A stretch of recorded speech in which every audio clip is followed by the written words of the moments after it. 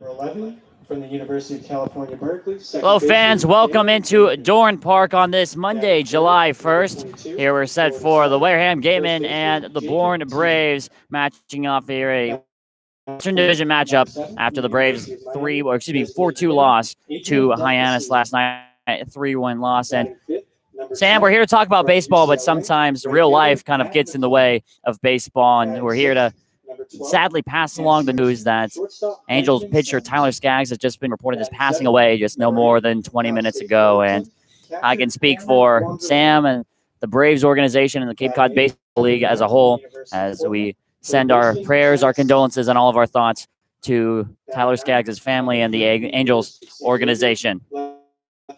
But that being said, let's talk about some baseball here, Sam. The Cape Cod Baseball League. And despite what you might think right now in the context of this Braves season, this is not Groundhog Day. Now, yes, last night the Braves were held to 2 runs yet again. And yes, the pitching staff has done another great job, but it wasn't enough to get a result. Braves lost their 3rd straight game to the Hyannis Harbor Hawks last season, losing, I should say, Sam, the worst team in the league. Yeah. It got a good game for the Braves. 8 hits on their part, which is an improvement, but only 2 runs coming across the plate, both from a 2-run home run from Henry Davis that knocked in those 2. But it was the same story, just like you said, Jordan. Pretty solid pitching. Ryan Cusick got the start last night, and he went a solid 6 innings there, just allowing 3 runs. But for the Braves, their offense couldn't pick up after those three runs were across the plate. And for anybody, they left 7 runners on base, which has been sort of the theme of last week. But I think with a new month, July 1st, to put June behind them, it's a beautiful time for a fresh start.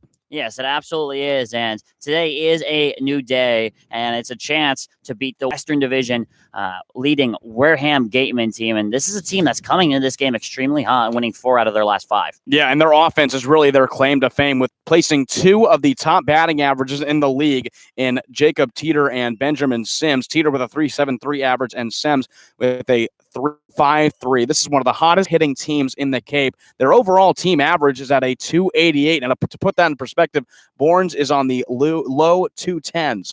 So Wareham definitely coming in with the advantage hitting. But Bourne, we know their story is the pitching. Now, can Bourne be Wareham's kryptonite tonight? We'll see. But certainly a very tough test here tonight for the Braves. Yeah, and we mentioned the offensive struggles for the Bravos, and they've scored 2 or fewer runs in 9 of their games so far this season, and they are 1-8 in those games. The 5 other times they've scored 3 or higher, they're 4-1, with that only loss coming against the Bruiser Whitecaps. And when you look at the schedule here, Sam, you have Wareham tonight, Katuitt, who's in 2nd place as we stand right now, tomorrow, and then Wareham again on Wednesday. How big are these next 3 games this next week for this Braves team? This is a huge stretch for them after coming off 2 losses in very winnable games against Falmouth and Hyannis.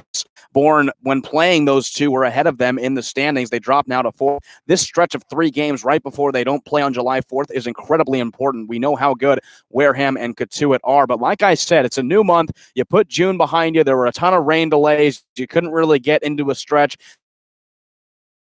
This is the longest stretch Bourne has had this season, playing their 5th game in a row tonight. You put everything behind you, start fresh here tonight, and get a win against Wareham to start that stretch. And what a way that would be to start off the month of June. It's youth baseball night here at Bourne Park. We're going to take a short break, and when we come back, we'll have the starting lineups and first pitch here on the Bourne Braves Baseball Network.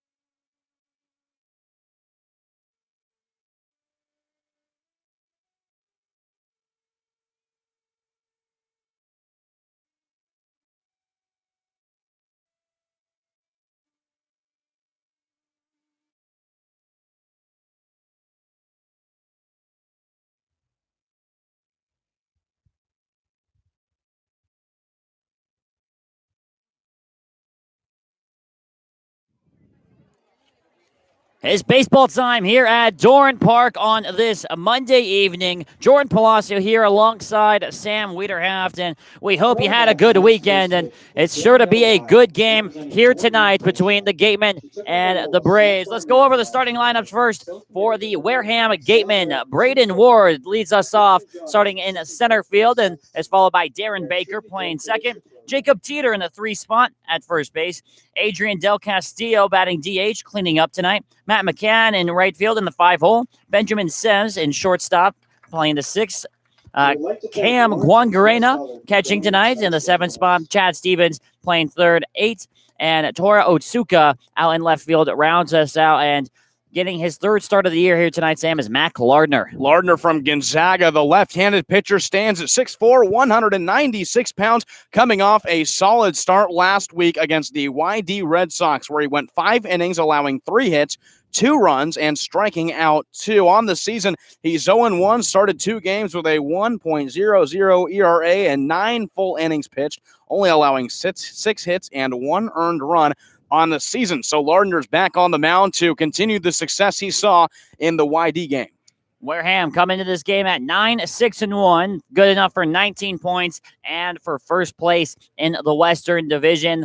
Gatemen are managed by Jerry Weinstein, and you look at his resume, he's been all over the map. In 2017, he's the manager of the Colorado Rockies AA affiliate, the Hartford Yard Goats. Weinstein's really been everywhere. He actually coached this Wareham team in 2016, returns for the 2019 season right after the Gatemen win the 2018 Cape Cod Baseball League Championship. Certainly has a lot of expertise and has led this Gatemen team to success in the early part of the season. Our umpires tonight, Jim Fonseca behind the plate, Alex Vicente Medina over at first, and Sam Finn at third. Ward is in the box, and we are ready to get us started here on Monday. Get your week started right with the Braves. As just closing some gates here, the Braves come into this game dropping 3 straight, sitting at 5-9 on the season at 10 points, 4th in the West Division as we stand right now, 3 points above the Harbor Hawks for that 4th position, the all-important 4th position that gets you a playoff spot. And Wareham on the total opposite end of that comes into this game with a record in the past 5 games of 4-1. They're playing some red-hot baseball. Here's the pitch from Lardner, and it's in the zone. Strike 1. First pitch at 6:01 p.m. on a beautiful Monday night here in Bourne, Massachusetts. Not a cloud in the sky, and it is all sun. Ward, a rising junior from Washington, a .321 average, hit 1 homer and 26 RBIs for the Huskies. 0-1 pitch is fouled over to the Wareham dugout on the first base side. Count now grows to 0-2. Ward out of University of Washington. 2 colleges in Washington going up against each other.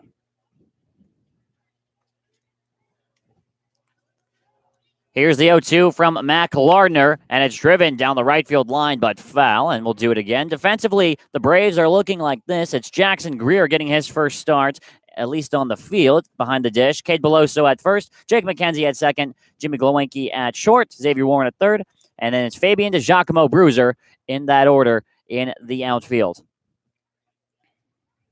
Here's the 0-2 from Lardner. Breaking ball, and it just misses the zone. Greer asks the home plate umpire Fonseca where that missed. Count out a ball and 2 strikes. Now it's a perfect pitch from Lardner. 0-2 gives him some stuff on the inside part of the plate. Can't find the zone, but it's still ahead in the count. And the 1-2 is fouled. Greer just couldn't hang on to it. We'll stay here. His fans are piling in here at Doran Park. We wish you were here with us, enjoying this beautiful weather finally after a lot of rain in the past couple weeks. Rain yesterday, too. Yeah, in the middle of the game, before the game. Here's the 1-2 to Ward. Swung on and missed. Pitches in the dirt, though, and he's going to be able to advance to first base. The ball got away from Greer, so it goes in the book as a strikeout, but the Gatemen have a lead-off base runner. That's tough. The bounce that it took on Lardner's great 1-2 pitch bounced off of Greer and went over on the third base side, way out of the area where he could throw it over to first. So somehow Wareham leads off with a runner on, and that brings up Darren Baker. And that last name might sound familiar, and for good reason. Son of former manager Dusty Baker, Darren Baker out of Cal Berkeley. Waiting for his first pitch from Lardner. He squares to bunt, fouls it up, popped into foul territory, and it will land harmlessly. Count at 0-1.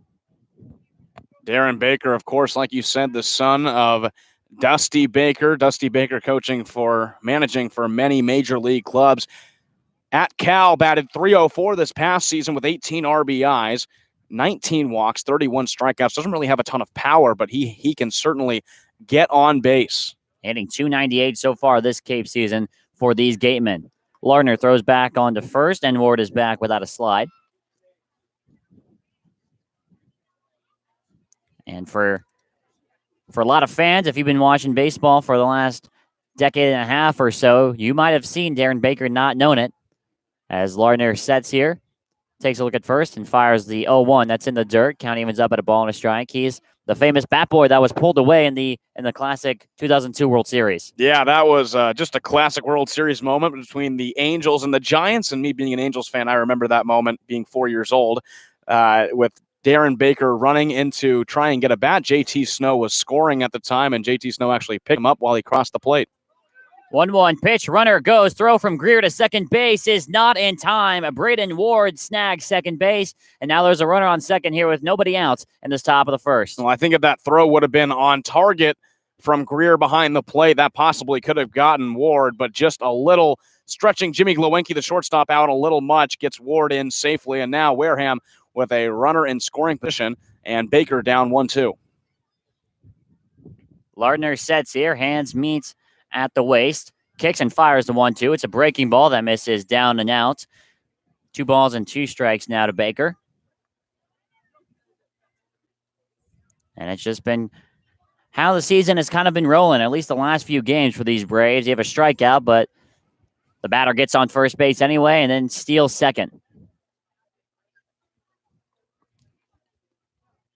Here's the 2-2 to Baker. Foul down the right field line. Everyone will stay put. We'll try once again. Lardner needs to make sure that when he gets ahead in counts, he needs to finish it off. He has Baker down. He had him down 1-2. Now a 2-2 count on him. Also had Ward down, struck him out, but he got on with the dropped third. So just some unlucky moments for Lardner here early, but he still has a chance to strike Baker out here 2-2.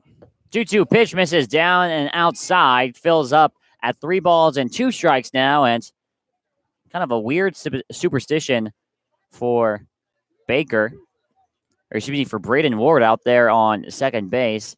Ward said every single day before a game likes to watch highlights of Francisco Lindor. And the runner is going. Lardner steps off. He fell asleep up there on the mound, and he takes third without a pitch being thrown. And that was heads-up base running by Braden Ward to see that Lardner had totally lost track of him. Ward was about halfway between second and third on his leadoff when he just decided to go for it, and he gets over to third. So now with no outs and a 3-2 count on Baker, they already have a run 90 feet away. Here's the 3-2. This one grounded through, and it's going to be a base hit for Darren Baker and the first run aboard, and only the second batter for the Wareham Gatemen. They take a 1-0 lead here on the top of the first. That's not how you want to start off if you're the Braves. 2 batters down and already a run across the plate. It was unlucky on a drop third strike to Braden Ward, which he reached base, but he was still able to steal second and then steal third. It's so important to play the small ball game and get bases when you can, and it proves there for Wareham. They're already up 1-0. Braden Ward sticking true to his Francisco Lindor highlights. I think Lindor would be proud of base running like that. Jacob Teeter now steps in for the Gatemen, and he looks at a first pitch ball from Lardner, 1-0 the count. And for Ward, he picks up his 10th and 11th stolen bases in that sequence. And Jacob Teeter for the Gatemen. He's no slouch either up there at the plate. Currently second in the entire Cape League in batting average at .373. Here's the 1-0 from Lardner. And that is a much-needed strike right on the black on the outside half. Count evens up at 1-1. This lineup is intimidating. You mentioned Teeter Sims as well. He's third in the league in batting average, but Lardner just needs to calm down and take care of this first inning without allowing any more runs home. 1-1 is in the dirt. Greer does well to keep it in front of him. He keeps Baker at first base for the time being. Count moves to 2 balls and a strike. Baker's another base runner to watch out for. He stole 20 bases at Cal this past season. Wasn't caught stealing once. He's already stolen 2 for the Gatemen this season while being caught 1 time. So he's a threat on the base pass over at first. 2 balls and 1 strike. The count to Peter, and he chops this one foul down the first base line. And once again, the count evens at 2 balls and 2 strikes.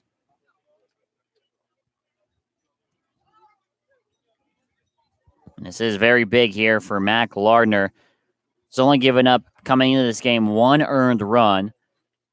Now has advanced that to 2. Here's the 2-2 pitch, and it just misses the plate outside. Jim Fonseca thought it missed the zone, so the count moves full, 3-2. No outs, and it'll be interesting to see if Baker is moving over there on this pitch here, Sam. That was perfect placement on the 2-2 pitch from Lardner, but they'll do it again, 3-2, and Baker's taking a little bit of a lead off first. Would not be surprised to see him moving here. Lardner takes a look, and he's going to throw over to first base. Baker back in plenty of time. And Lardner will retrieve the ball from Beloso at first and step back on the rubber and look to face Jacob Teeter here on 3 balls and 2 strikes. Lardner sets. There goes the runner, Baker. The payoff pitch is fouled straight back into the screen, so Baker will return to first and will do things once again. A hit-and-run situation. We saw Hyannis do that a lot last night against the Braves. They certainly think they can pick off against these catchers. Jackson Greer against the start tonight, but that's certainly been a struggle. Not only has the hitting not produced for the Braves, but also have allowed many stolen bases throughout the season as well. Lefty on lefty matchup here in this top of the first inning. 1-0 Wareham over the Braves. Runner goes again. It's a ground ball. The flip on to second is in time. Throw on to first, and it's a double play. Exactly what the doctor ordered. It's McKenzie to Glowenke to Beloso. 4-6-3 for 2 outs. Despite the hit and run attempt, Aaron Baker was taking off on that pitch. A great job by Jake McKenzie over at second to flip it over to second extremely fast to Glowenke. Glowenke gets it out over to first. A very fast double play, and the Braves get 2 quick outs there on the best hitter in this lineup. Adrian Del Castillo now steps in, and he looks at a first pitch ball.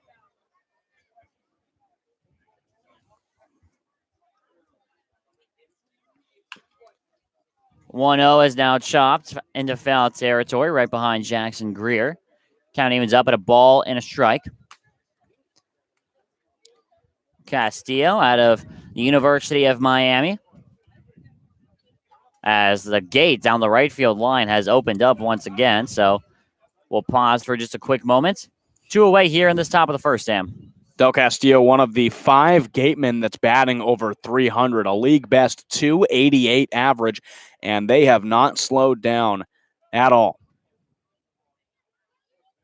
Here's the 1-1 from Lardner to Castillo. It's flown foul. That'll land over the high school on the roof. 1-2 now. Castillo on the year batting .311. Now, you mentioned this offense, Sam, does not slow down at all. There are no off bats. Here's the 1-2, way up and in. Count evens up. Del Castillo last night against Katuitt going a 1-for-2 with a walk. That matchup last night, the 2 top teams in the West. 1-2 pitch is flown out to right field. Nick Bruiser, who's got the start out there, makes the catch on the run, and that will retire the side for the Wareham Gatemen, but that's not before they get on the board. It's 1 run off of 1 hit, no errors, and nobody left on. We'll have the Braves starting 9 when we come back here on the Bourne Braves Baseball Network.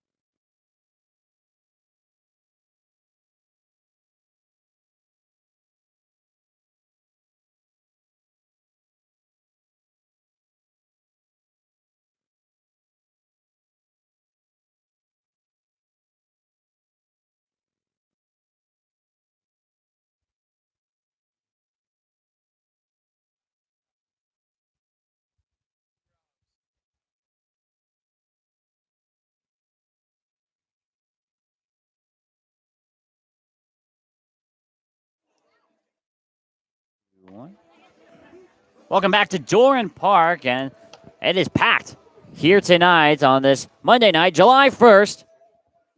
School coming to end. Summer really kicking into gear here. Let's go over the Braves starting 9. Judge Fabian leads things off for the Bravos in left field tonight. Jimmy Glowinski follows suit in shortstop in the 2 spot. Kay Beloso batting in the 3 hole at first. Jackson Greer cleans things up behind the dish at catcher. Xavier Warren batting 5th at 3rd. Nick Bruiser in the 6th spot in right field. Jared Poland gets his debut tonight, batting DH in the 7th spot. Jake McKenzie batting 8th at 2nd, and Giovanni DiGiacomo rounds things off in the 9th spot in center. And Judge Fabian already looks at a quick ball 1.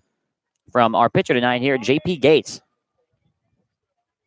It's a 1-0 from Gates, and this one lined right back up the middle, and it's going to fall for a base hit. Back-to-back nights for Judge Fabian, leading things off with a single for the Braves. Yeah, that's exactly what you want to see from Fabian, leading off the game with a single. For J.P. Gates, we might not see him for too long. He's only got 2 starts on the year. His longest outing was June 26th against Brewster, where he went 2 innings. He hasn't allowed any runs yet on this season from Miami.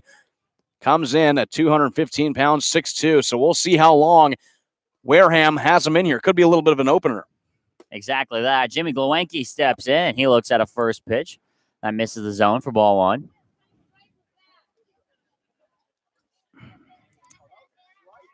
Fabian, only 18 years old, over on first base. Here's the 1-0, and that is just inside as well. It's a quick 2-0 count now to Glowinski.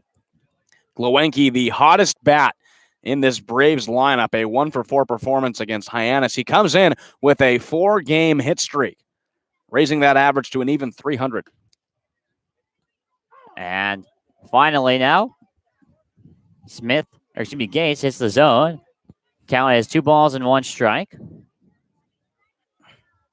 You mentioned his hitting streak. He went 1-for-4. He got that single last night in the top of the 9th as Gates throws on to first base. Fabian's back in with a slide. And before last night, Glowinski had back-to-back multi-hit games. 2-1 swung on and missed. Count evens up at 2-2. Glowinski getting the start at shortstop tonight. That seems where Harvey Shapiro is going to let him stay for the rest of the season to replace Alika Williams, who's with Team USA. Another throw down to first base, and Fabian's back in with a slide.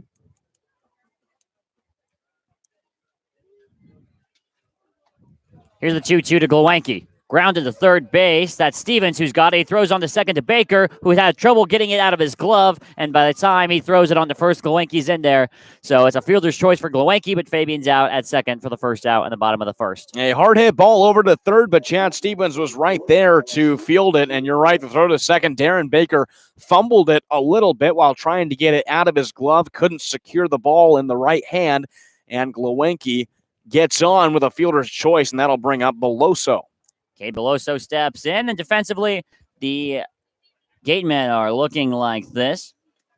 It's Jacob Teeter over at first base, Darren Baker at second, Benjamin Sems at short as Beloso looks at a first pitch ball below the knees, Chad Stevens at third, Tora Otsuka in left, Braden Ward in center, Matt McLean in right, and Cam Guangarena behind the dish doing the catching tonight. Here's the 1-0 to Beloso. Breaking ball, and it's in there right at the knees for strike 1. That was beautiful from Gates, a breaking ball right in the zone to Beloso, who started out his summer pretty hot, batting .308, 4 of his first 13 at-bats with a run scored. Just 3 strikeouts on his part. And Beloso hitting .308 in his first 4 games here. That's 4 for 13 as Gates steps off.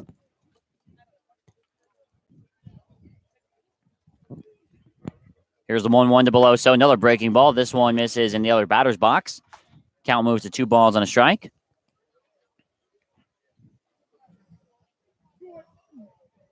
Glowinski, the runner at first. Reached on with a fielder's choice. Here's the 2-1. Just misses the zone. Trying to paint the corner on the outside part. Just missed. And Beloso now leads 3-1. A great count with Beloso with Fabian over on first. has the green light with only one out. Has to make sure he doesn't ground out into a double play. That's been the problem for the Braves here the past couple games. He's done that once this season, and he fouls a 3-1 off over the netting, and the count will fill up at 3 balls and 2 strikes. Lefty on lefty matchup here between Gates and Beloso. Głowenki reading the signs from Harvey Shapiro down the third base line. Gates sets. Głowenki gets a throw back over to first base, and he's back in plenty of time. And Głowenki doesn't look like he's any threat to steal. Didn't have a particularly large lead over there at first base, just only a step and a half or so. Here's the payoff pitch to Beloso. He lines this one into right center field. Back on it is McCann, and it falls in the gap. Głowenki will advance to third. Here comes the relay throw from Ward. It's cut off by Baker, and it's a 1-out double from Cade Beloso. Beautiful contact from Beloso, who cashes in, gets a beautiful 3-ball, 2-strike pitch, and turns it into a double in the right center field gap. And you know what I liked on that play, Joran? Jimmy Głowenki didn't stop at all on the base pass. That's a problem we've seen the past 2 games from him. He ran right through second, got all the way to third, and allowed Cade Beloso to get to second. Jackson Greer now steps in for the Braves. Runners on second and third with 1 out, having an opportunity to not only tie, but take the lead in this ball game. First pitch to him is a drive deep to left center field. Back on its Ward. He looks up, and it is over the wall. It is. It's a home run. Jackson Greer with a 3-run home run. No, he's being held at second base.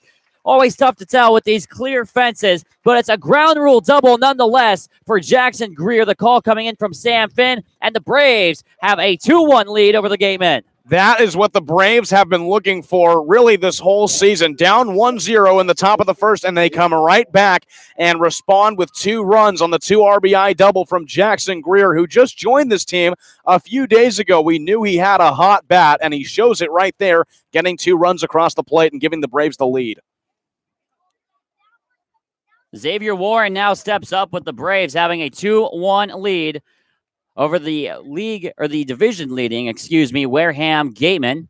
First pitch to Warren. He grounds to third base, and it gets through for a base hit. It passes Stevens. That's going to be extra bases for Warren. Here comes Greer around third. He's going to score standing up. The throw from Otsuka on left is cut off, and it's another double. Make that 3 doubles in a row for the Braves, and they have a 3-1 lead. Well, how fun is this? The Braves cashing in runs, something we haven't seen them do in quite a few games. Xavier Warren gets his team leading 7th RBI right down the left field line, and Warren gets to second. A 3-run first inning for the Bravos. This is fun, Joran. This is a lot of fun. Hitting is contagious, isn't it? 3-1 lead for the Braves in the bottom of the first after 3 consecutive doubles. Now it's Nick Bruiser with Xavier Warren on second base. First pitch to Bruiser. He thought about going around. It's called a strike. He falls behind 0-1. Nick Bruiser out of Stanford. 1 for 4 so far this season. Last played against Falmouth. Went 1 for 4 with a strikeout. Gates sets. And now fires the 0-1. Swung on and missed, and Bruiser falls behind 0-2. JP Gates giving up his first runs of the season, and in a lot of them as well, Sam. 3-1. This is really encouraging to see from the Braves. We thought last night was going to be their breakout party against Hyannis, and somehow here in the first, it's been against Wareham.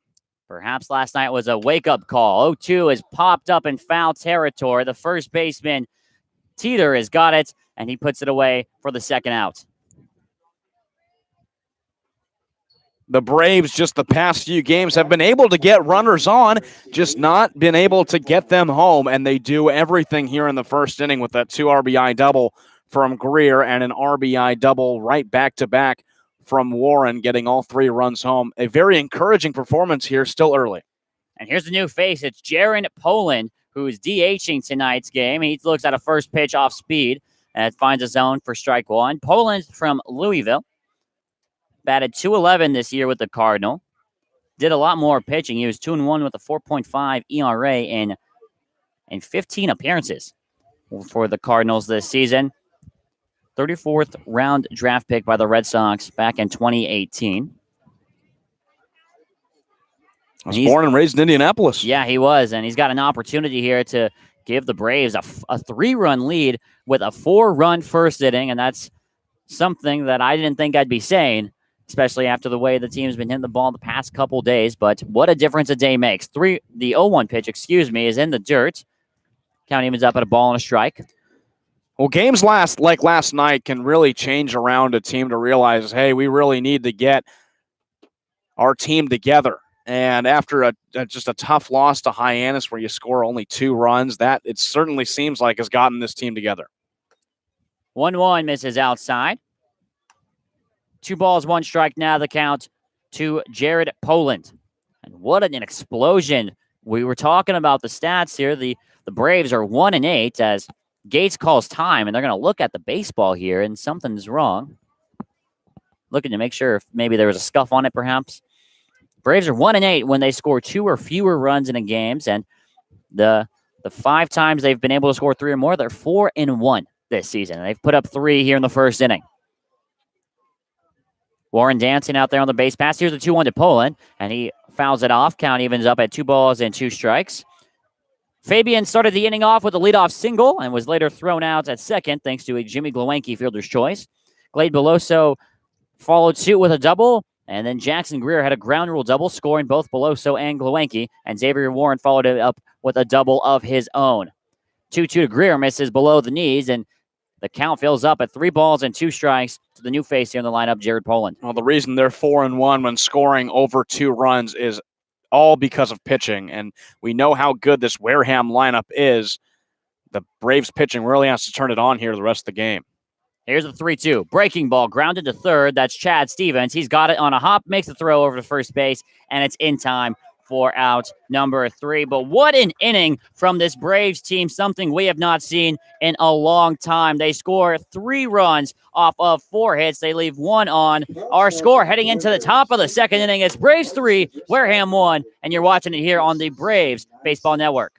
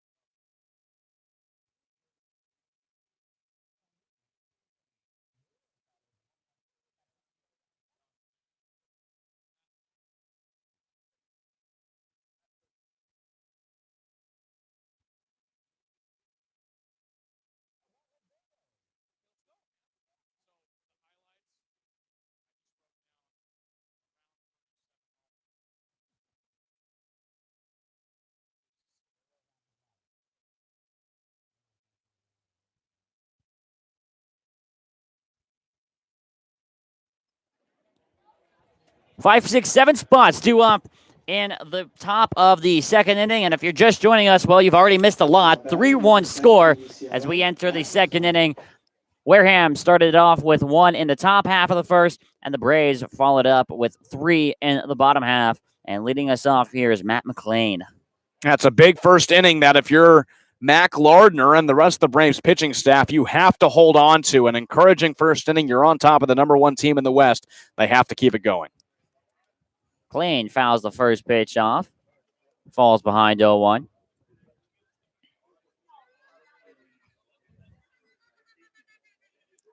And Lardner waiting for McLean to step back in the box. McLean this season listed as a shortstop. He's batting .292.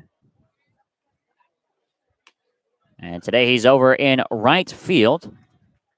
He fouls the 0-1 off. Falls behind now, no balls and 2 strikes. Youth Baseball Day today here at Doran Park. As Lardner fires the 0-2 and misses way up. Count out 1-2. It's great to see all the kids in their baseball jerseys, their Little League jerseys.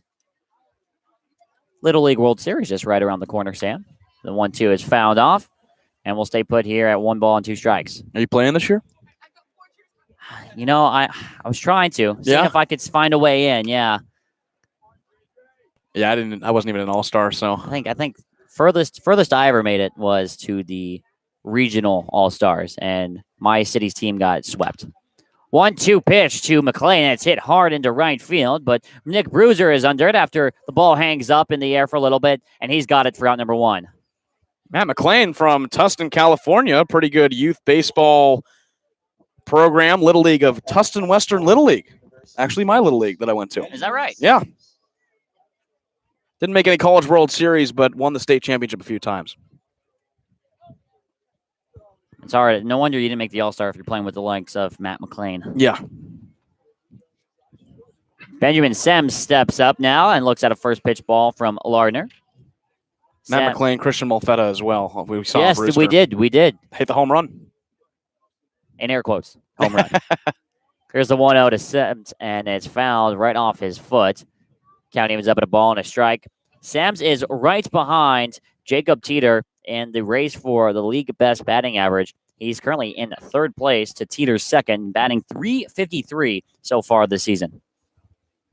Sems has been on fire, as this entire Wareham lineup has been the entire year. And winning 4 out of their last 5 games. Here's the 1-1. Line to second base. That's Jake McKenzie. He's got it on a hop, throw into first base in plenty of time, and it's a quick out, number 2. Lardner moving through this second inning pretty well after giving up a single in the last inning and getting a run home. But doing pretty well here in the second with 2 quick outs through this very tough lineup. And here's Quam Guanarena here. Catching. Cam batting 189 so far this season. First pitch from Lardner right at the knees. Called the ball by Jim Fonseca behind the plate. He falls behind 1-0.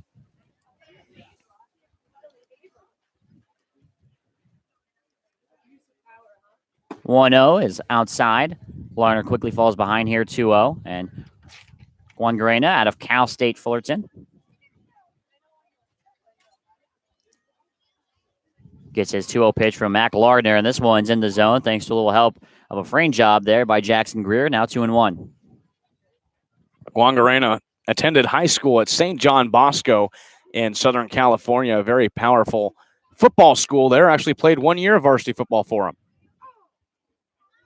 2-1 pitch is called. Another strike on the outside part of the plate, and now the count evens up to Guanarena here. 2 balls and 2 strikes.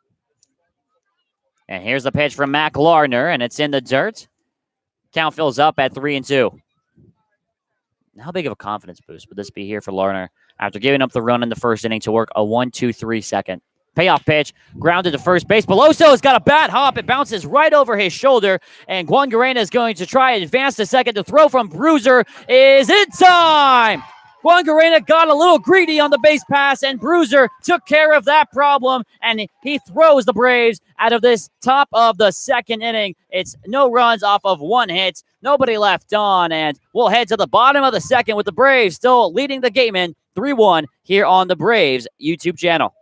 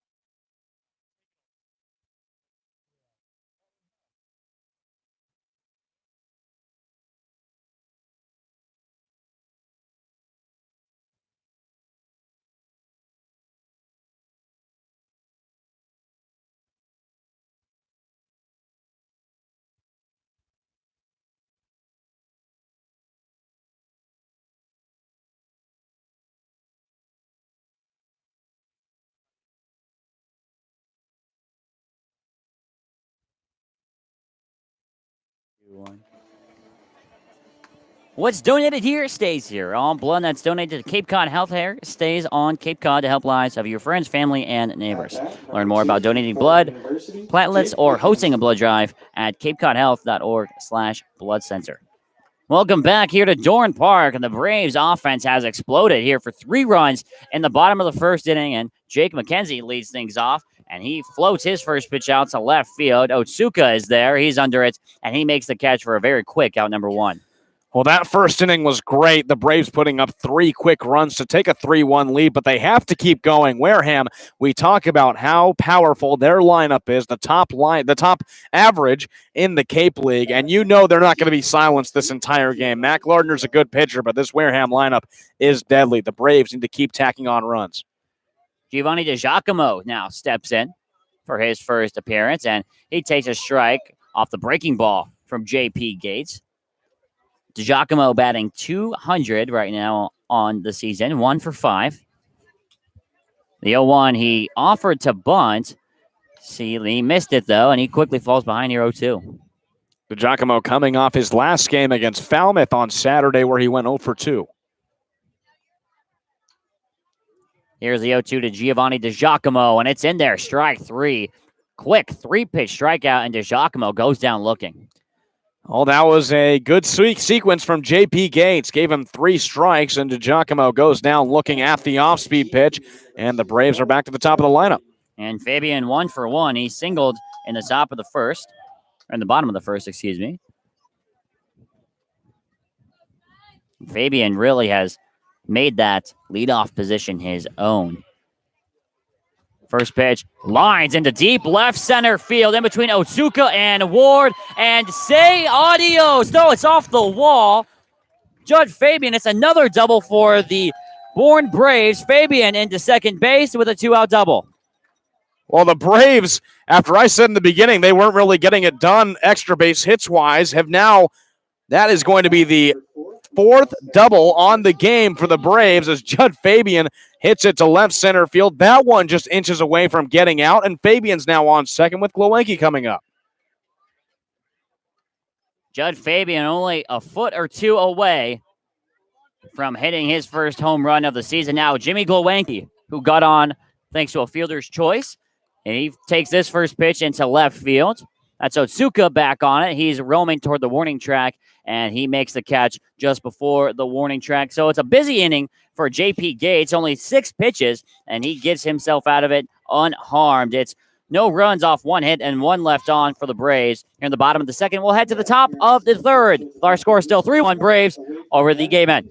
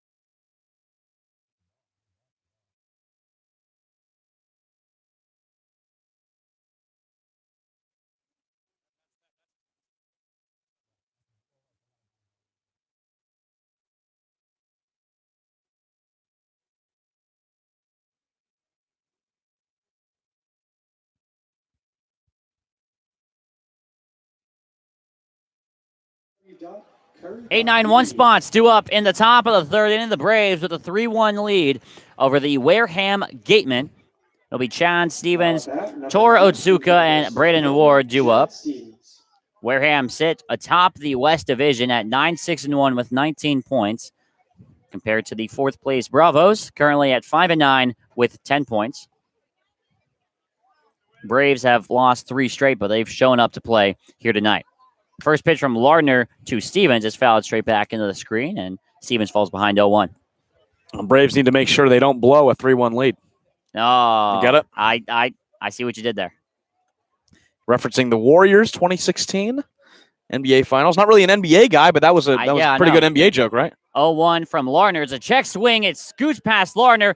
McKenzie on to second base. Throw is in time, thanks in part to a full split stretch from Cade Beloso at first base, and it's an out number one here on the top of the third. Well, you could tell Chad Stevens didn't want to get contact on that pitch. It was a little tiny half swing, and it just caught the bat way out of the reach. Or not way out of the reach, but Mac Lardner just couldn't get it at the pitcher spot, and it grounded slowly to McKenzie at short, who charged in, quickly got it out of his hand, and threw over to Beloso. A great stretch from Beloso over at first, and they make the play for the first out.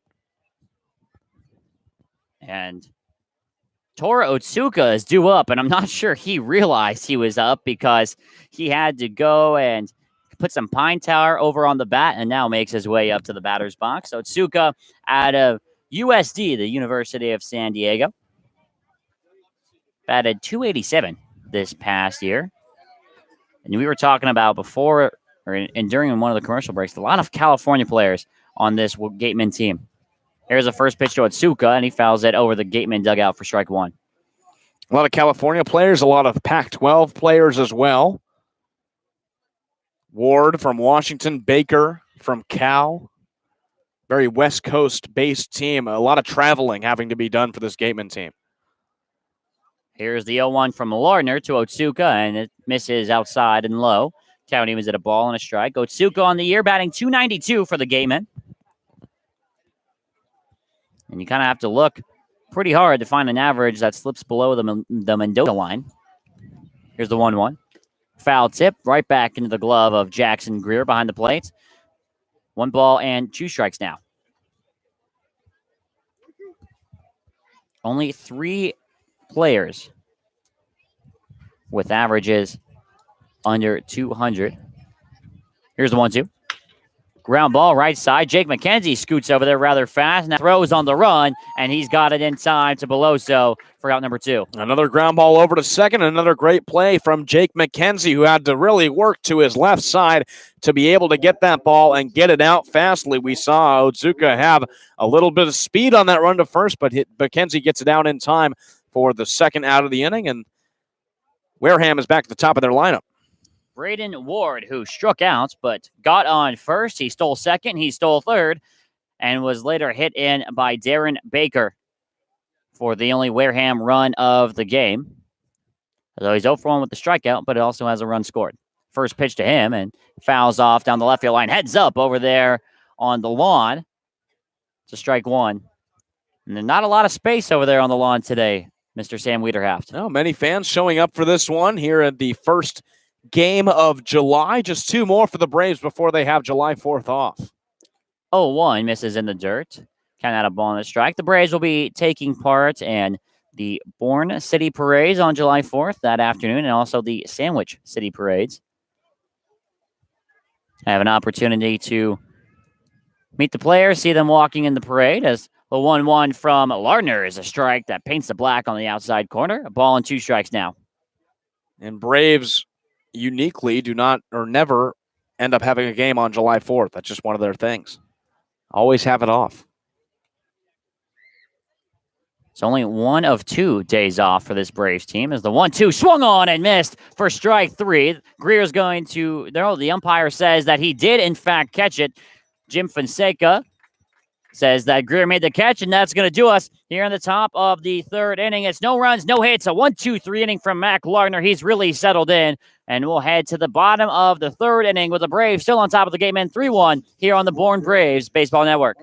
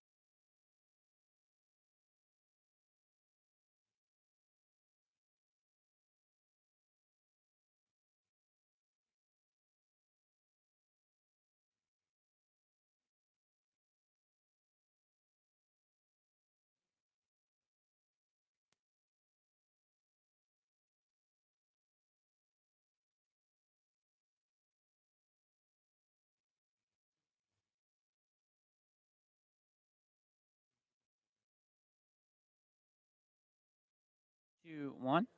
At bat, Bottom of the third inning, LSU. Braves on top, 3-1 over the Wareham Gatemen. 3, 4, 5 spots due up in the order for the Bravos. It's Cade Beloso, Jackson Greer, and Xavier Warren. Beloso got the double party started back in the first inning, hitting the first of 3 straight doubles to score 3 runs in that home half of the first inning, and he looks at a pitch that just misses the zone from J.P. Gates. J.P. Gates still on the mound by getting an out. This will be his longest outing, which is shocking because this is the only outing where he's allowed runs. 1-0 curves into the zone. Counting is up at a ball and a strike. Beloso has now made that 5 consecutive games he's reached base, and he's gotten hit in 4 out of the 5 of those. Here's the 1-1. Breaking ball almost hits Beloso, backs him off the plate. 2-1 to count. Beloso walked in that game against Hyannis last night.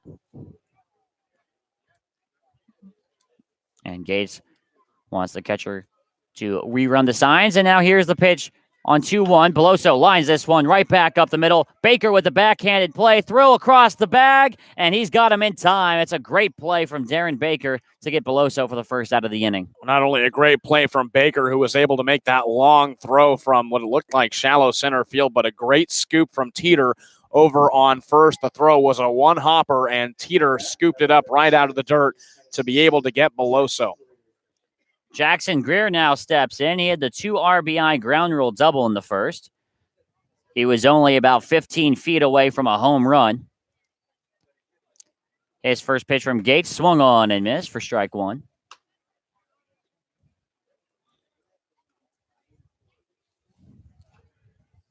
Feels like a brand new Braves team. See if they can keep their foot on the gas. Here's the 0-1.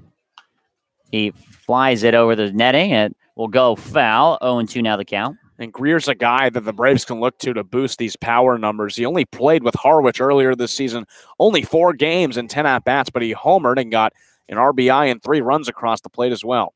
0-2 is in the dirt, and it skips away from Guangarena behind the plate. Counting the ball in 2 strikes. Greer's numbers at East Tennessee State as well. He had a .314 average with 10 home runs, 42 RBIs as well. So he shows it with the ground rule double in his first at-bat, and Greer is certainly a catcher that's going to be very exciting to watch as this season progresses.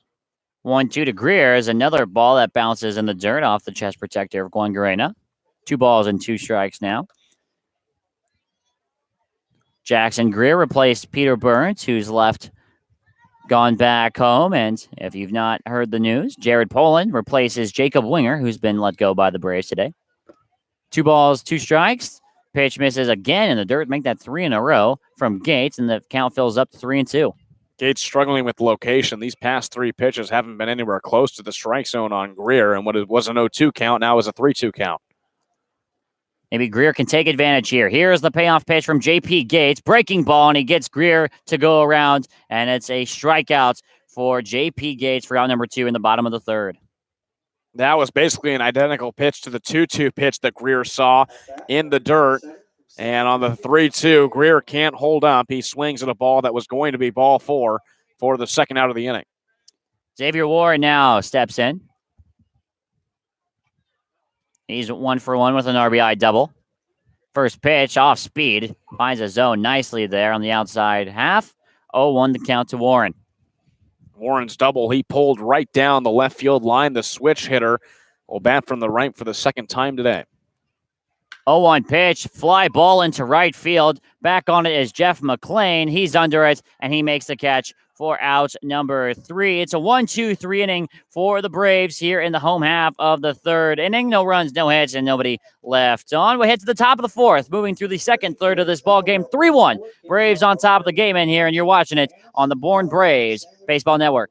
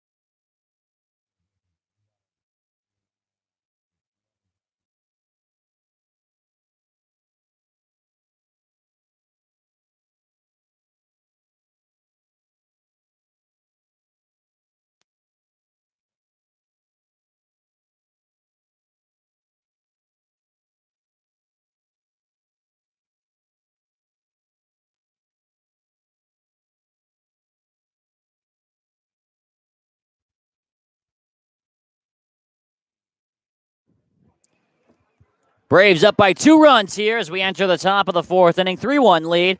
And they're going up against a 2-3-4 spot to the Wareham lineup. Darren Baker will lead us off. He had an RBI single back in the top of the 1st inning.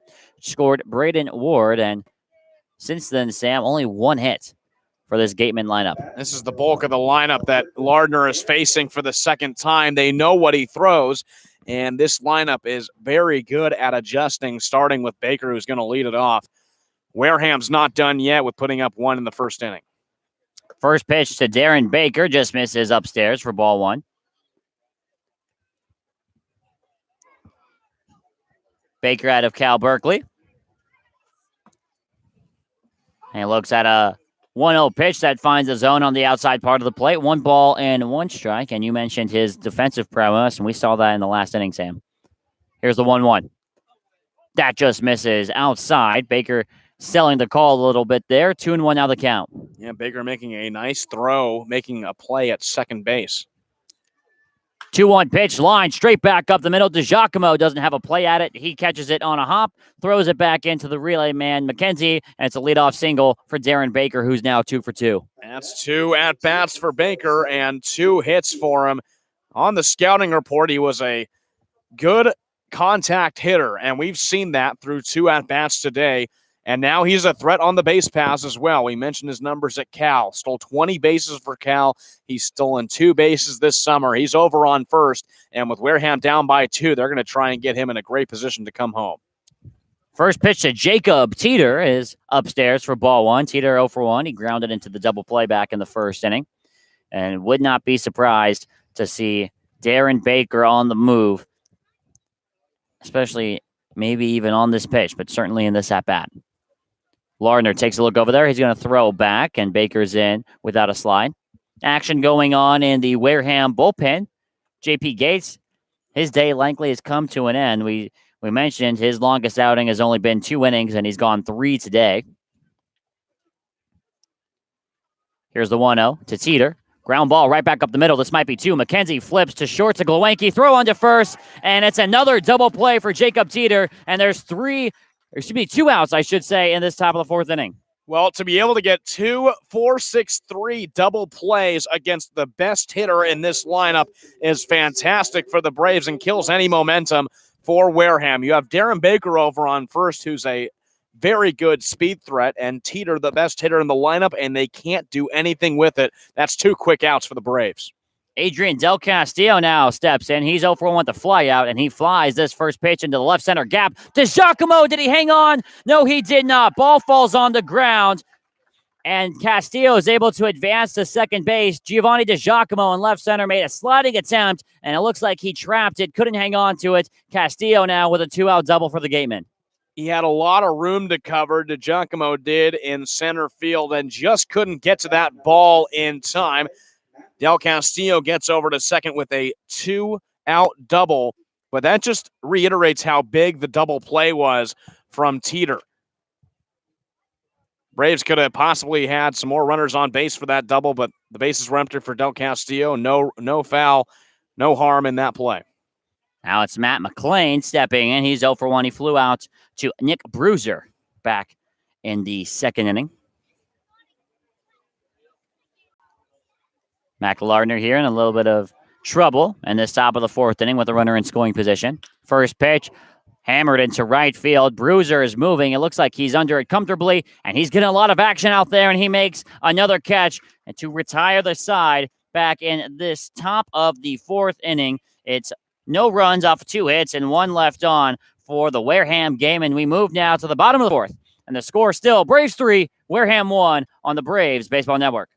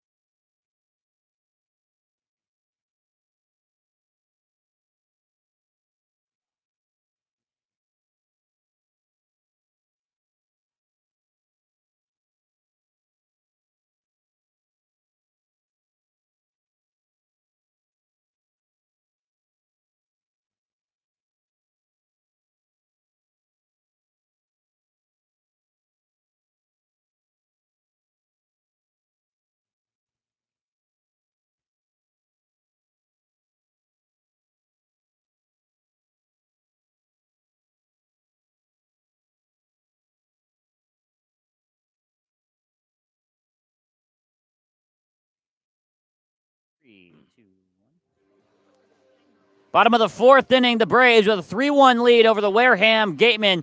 And J.P. Gates' night has come to an end on the mound for the Gatemen. He's thrown 3 innings, 5 hits, 3 runs, all of which are earned, and he struck out 2. And now on the mound for Wareham, it's Coy Cobb.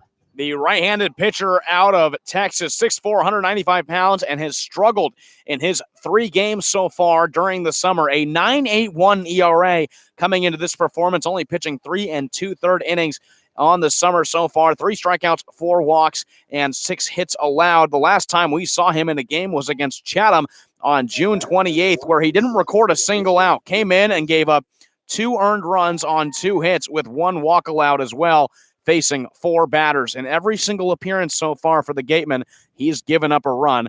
So we'll see if the Braves can capitalize on this pitching change. Yeah, Cobb out of Texas with a 3.45 ERA.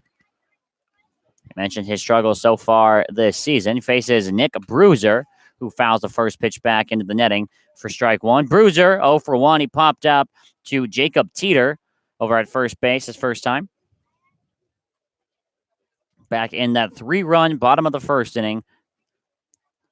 0-1 pitch to Bruiser. He checks swings and misses the zone up high. They ask if he went on first base. Alex Vicente Medina says he did not, so the count evens at a ball and a strike.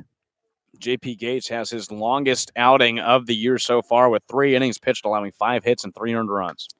1-1 fouled back into the screen. Counted a ball and 2 strikes now.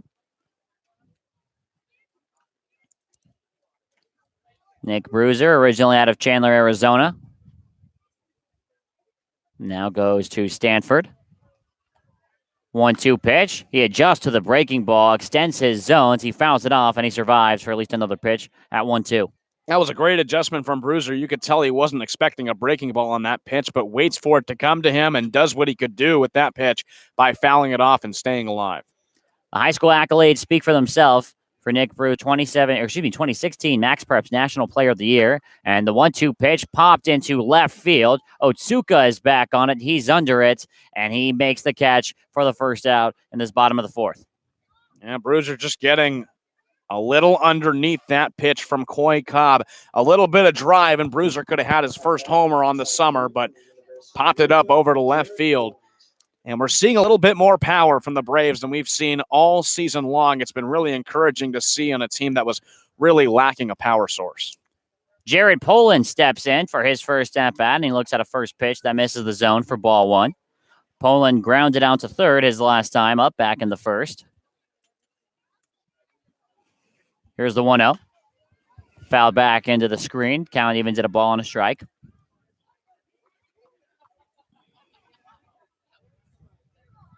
Jared Poland coming out of Louisville.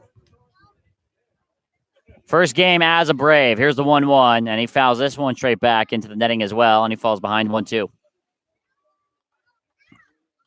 Poland out of Cathedral High School in Central Indiana. Solid baseball program there. 1-2 pitch just misses the zone. 2 balls and 2 strikes now to the DH tonight, Poland.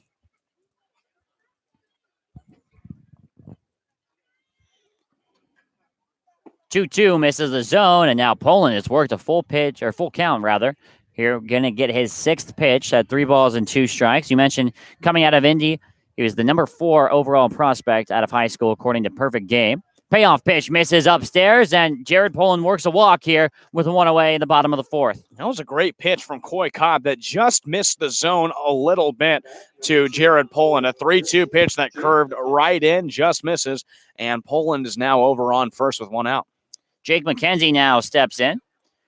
0 for 1. He flew out to left his first time. McKenzie, so far on the season, has hit for the cycle. He's the only Brave to do that. And he looks at a first pitch that finds a zone for strike 1.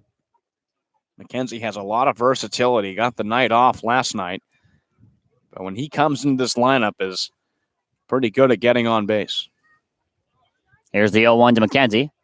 And this is in the dirt. Juan Guareno had trouble finding it. The throw on to second is in time, but the ball is out of the glove of Darren Baker. He could not hang on to it. So Boland will advance to second on the wild pitch. A little bit of struggle from the catcher position. The throw over to Baker at second was in time. It could have gotten Poland by a mile, but Baker fumbling it over on the bag. It falls on the ground. Poland gets over to second, and the Braves have a runner in scoring position now. Looked like the classic trying to do too much without the ball, trying to apply the tag before the ball was securely in the glove. Poland now moves into scoring position, and McKenzie has an opportunity here to pick up another RBI. Here's the 1-1. That misses outside. Count moves to 2 balls and 1 strike to McKenzie. McKenzie with 3 RBIs on the season. Scored 5 runs. As I mentioned, has the season cycle, 1 home run, 1 double, and 1 triple to his credit. 2-1 pitch. Finds the black on the outside corner. And the count evens up at 2 balls and 2 strikes to number 2. McKenzie still with a solid count. Has to protect here with 2 strikes, but a single into the outfield could be to make it a 4-1 lead for the Braves. 2-2 pitch is a breaking ball. Chad Stevens has got it. Throw spinning, and it's an incredible throw. Poland moves up to third on the play, and there's 2 away in the bottom of the 4th.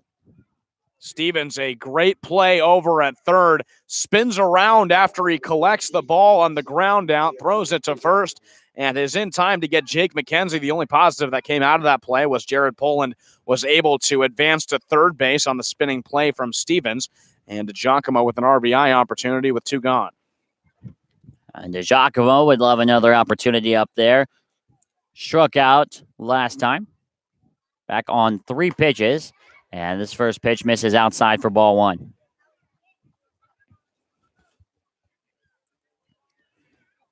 Giovanni DeGiacomo of LSU gets his 1-0 pitch, and he fouls this one off. Back to the backstop. Count evens at a ball and a strike.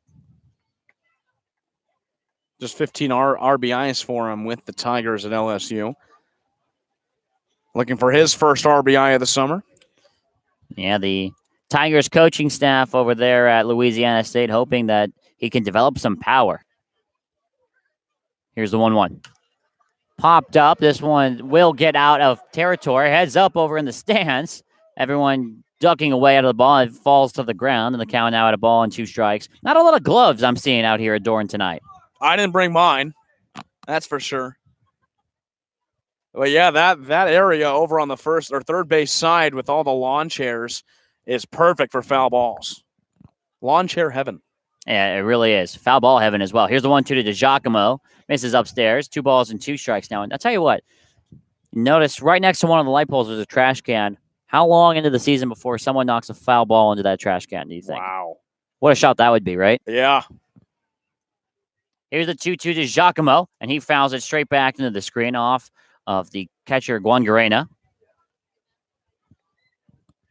That's a tough target. The thing is, it's right behind the light post, it looks like. So it's tough to get the angling. Need some slicing action. Yeah. The runner on third is Jared Poland. He walked, took second on a wild pitch, and advanced on the ground ball by Jake McKenzie. 2-2 pitches in the dirt. DeGiacomo swings. The throw onto first base is in time, and they get him on the drop third strike. So no runs off of no hits and 1 left on in this bottom of the 4th for the Braves. They're moving quickly through this one. Well, to the top of the 5th inning, the Braves still up by 2, and you're watching here on the Braves YouTube channel.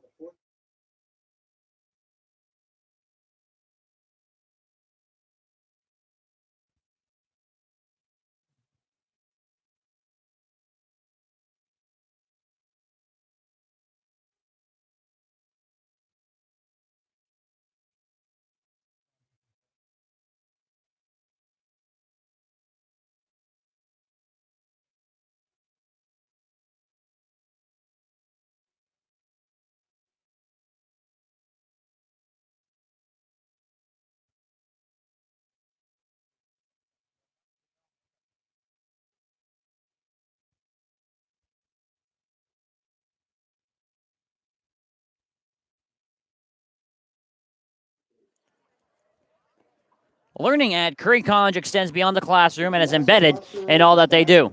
Curry prepares students to engage in successful careers and active citizenship with a global perspective. Explore undergraduate majors, minors, and concentrations, including new majors in accounting, biochemistry, and software development online at www.curry.edu. wareham.edu. Welcome back to Dorn Park, top of the fifth.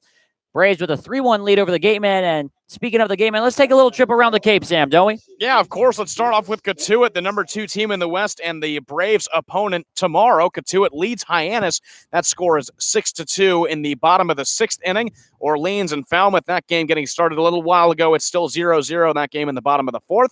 And Chatham and YD just started 0-0 score in the bottom of the 1st inning. Benjamin Sims rockets his first pitch over to Jake McKenzie at second base. He does well. He battles through the sun and makes the catch on the lineouts for out number 1. Well, this is the time of night where the sun is directly in the right fielder and second baseman's eyes, and McKenzie read that ball perfectly, moved to his right side, and caught the very hard-hit ball from Sims right into the glove. He motioned to try and shade the sun a little bit, but a great put-out. 1 pitch, 1 out for Lardner. Lardner, he has to love that on the mound. And he is doing an excellent job at keeping his pitch count low. Here's Cam Guangarena, the catcher tonight for Wareham, and he looks at a first pitch that just misses the zone on the breaking ball. Guangarena singled back in the 2nd inning, tried to take second base as the 1-0 is in the zone, and was thrown out by Nick Bruiser out in right field, trying to advance to second. Here's the 1-1 from Lardner. Just misses the zone outside. Greer tried to stick it. Didn't get the call from Jim Fonseca back there at home plate. 2-1 to count. Guangarena is really the only one of the only batters in this lineup that's struggling. 2-1 pitch. That one finds the outside corner. 2 balls and 2 strikes now. A 189 average coming into this game with just 7 hits in his first 37 at-bats. 2-2 pitch is in the dirt. Guangarena thought about it. He offered a check swing, and he did not go. So the count will fill up now at 3-2. Well, the thing that could be helping some of these balls carry deep into the outfield is the wind tonight. We've seen it blow many different directions, but tonight it's blowing straight back to center field. Here's the payoff pitch for Mac Lardner. This is lined in the left center field gap. Judd Fabian has no choice but to play it off of a bounce, and the throw comes into Jimmy Glowinski at short, and it's a 1-out single for Cam Guangarena. That's 2 singles for Guangarena. That time he takes it opposite field, and a good job by Fabian to use his speed and cut that ball off before it got any more into the gap where Guangarena could have possibly advanced to second. He keeps him with a single, and there's still a double play opportunity with 1 out in this inning. Chad Stevens steps in. He's 0 for 1 with a ground out. And a ground out here might mean 2 outs for the Braves. Lardner takes a look at first. Now fires the first pitch as a bunt is popped up in foul territory. Greer couldn't find it. So Stevens falls behind 0-1. And it looks like that'll be the strategy here for these Gatemen, playing that small ball, not afraid to sacrifice people over, even if that means getting someone on with 2 outs. Well, we've seen a few stolen bases for the Gatemen so far. Braden Ward was actually the first runner on. He stole second, stole third, and then came home on a Darren Baker single. So they are not afraid to steal some bases and lay down some bunts. 0-1 pitch is in the zone, and very quickly, Chad Stevens falls behind in the count. No balls and 2 strikes. Couple of arms warming up for the Braves as well in the left field bullpen. Yeah, it looks like Josh Culliver and Colby Dunlop both warming up, just if need be. Here's the 0-2 to Stevens. This one's in the dirt. Greer does a nice job of using the chest protector to keep it in front of him. Count now at a ball and 2 strikes. And the trend has been, Sam, that usually a Bourne starter won't go past the 5th inning. Yeah, we've only seen a few go past the 5th. Rakowski was one of them against Harwich a few weeks ago, went 6 innings in his outing, but this should be it for Mac Lardner if he can get out of it. 1-2 is in the dirt once again. Greer does a nice job of blocking it and keeping it in front. Count now at 2-2. Ryan Cusick, last night, I believe, won 6 innings in that game against IS, the 4-2 loss. Braves on top in this one, 3-1 against the division-leading Wareham Gatemen. Here's the 2-2. This one fouled off. The runner, Guangarena, was running on the pitch, but the hit and run falls to, at least for right now. Everyone will reset here at 2-2.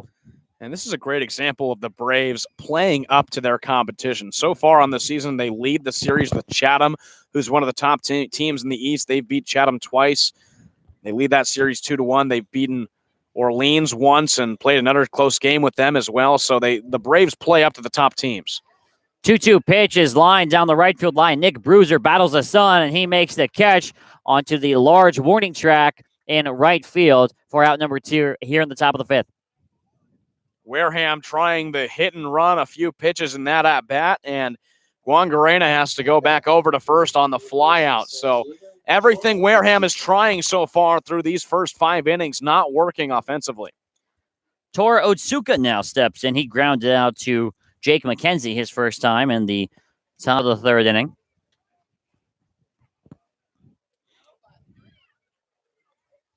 Lardner sets here, trying to get out of his 5th inning. He throws over to first base. Guangarena back in plenty of time. A beautiful night here in Bourne, Massachusetts. Perfectly clear skies, not a cloud in sight. A little bit of a breeze, but that's to be expected on the coast. First pitch to Otsuka is fouled right back into Greer for strike 1. Guangarena with no stolen bases on the year so far, so not really a threat over at first. Lardner just checking on him. It's a sunny 72 degrees. And we wish you were here over at Doran Park on Youth Baseball Day. Here's the 0-1. Grounded on the first base side. It gets past the outstretched Beloso.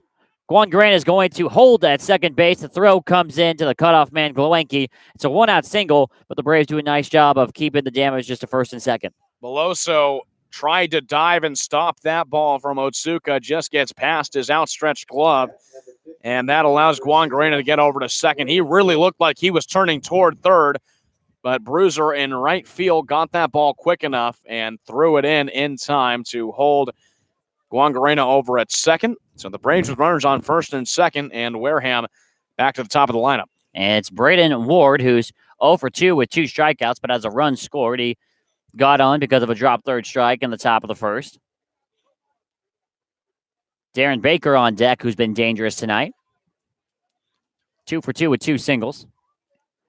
Here's the first pitch to Ward. He grounds this to Jake McKenzie at second base. McKenzie flips over to Glowenke at shortstop, and they get the 3rd out the easy way on the fielder's choice. So no runs, 2 hits, and 2 left on for the Wareham Gatemen in this top of the 5th inning. The Braves maintain their 2-run lead. We head to the bottom of the 5th. Bourne 3, Wareham 1, and you're watching it on the Braves Baseball Network.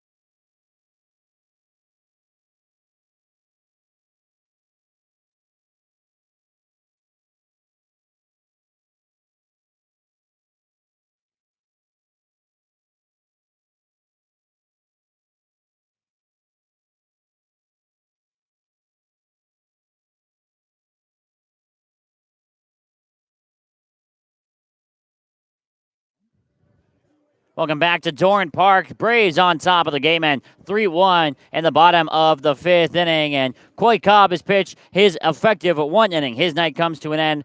1 inning pitched, no hits, no runs, 1 walk, and 1 strikeout. And coming now to the mound for the Gatemen, it's Brendan Salucci out of Tulane, Sam. Already in the 5th inning, the Braves are now seeing their 3rd Wareham pitcher, Brendan Salucci, out of Tulane. 6'4", 205 pounds, the left-handed pitcher has pitched in 2 games. Both of them he started for the Wareham Gatemen. Comes in with a 4.50 ERA.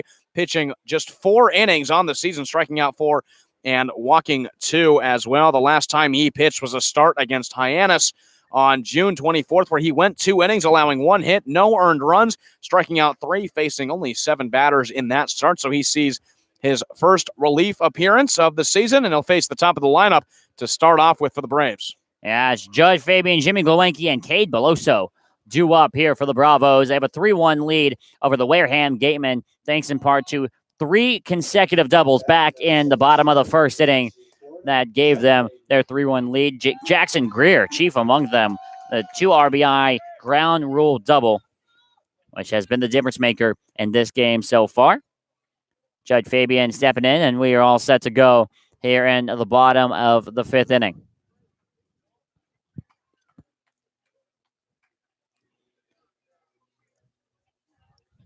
Salucci in the windup.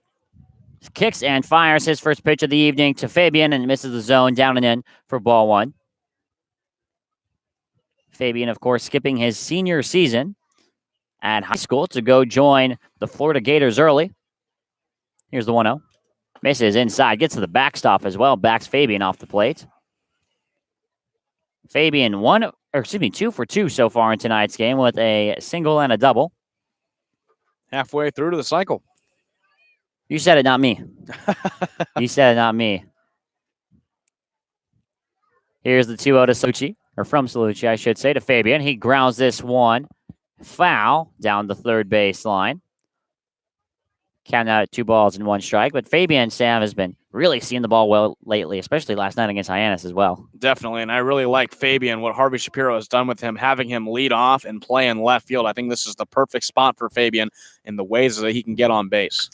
2-1 popped up into foul territory down the right field line. The first baseman, Teeter, going back on it, and it falls in between him and Darren Baker, who is coming over to make the play. So Fabian has another chance in this at-bat, and the count evens up at 2-2. It looked like Teeter over at first almost overran it in foul territory. It landed in between him and Baker for a lucky ball, or a strike, for Judd Fabian. But Fabian, you're right, is heated up. He's brought his average back to 232, just joined this team last week, a 267 average for him, and last night he got 2 hits in the loss against Hyannis. Fabian waiting here from the pitch to Salucci. Salucci steps, kicks, and fires. The 2-2 pitch swung on and missed. And down goes Judd Fabian on strikes.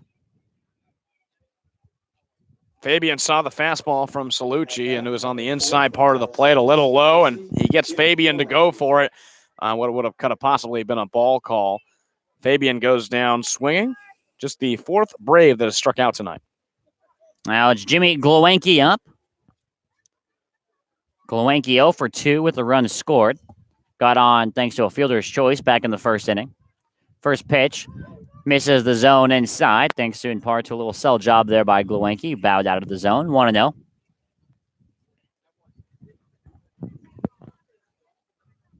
Glowenke coming into this game was the hottest bat on the Braves lineup. 1-0, misses the zone upstairs. 2 balls and no strikes. Now the count to Glowenke. He's looking to extend that already 4-game hit streak. 0 for 2 tonight, but he gone on with a fielder's choice and came around to score in his first at-bat.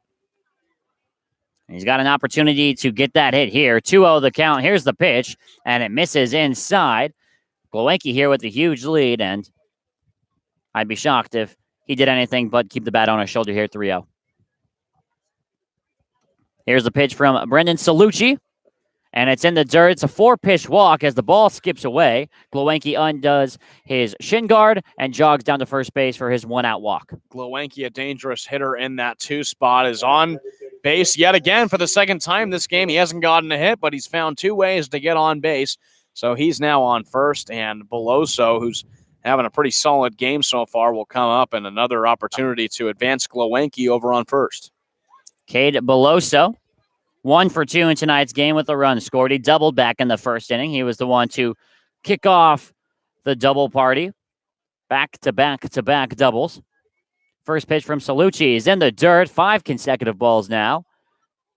Guanagrena does a nice job of keeping it in front. Swamps out a new baseball for his pitcher. Count 1-0.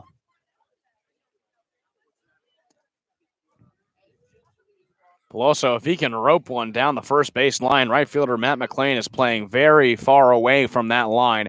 Will be extra bases if he can get one down. Glowinski's picked off at first base. He was fooled by the move by Brendan Salucci, and the Gatemen robbed the Braves, I should say, of an out here in the bottom of the fifth. Salucci had an interesting move. He didn't motion toward the plate. He turned back.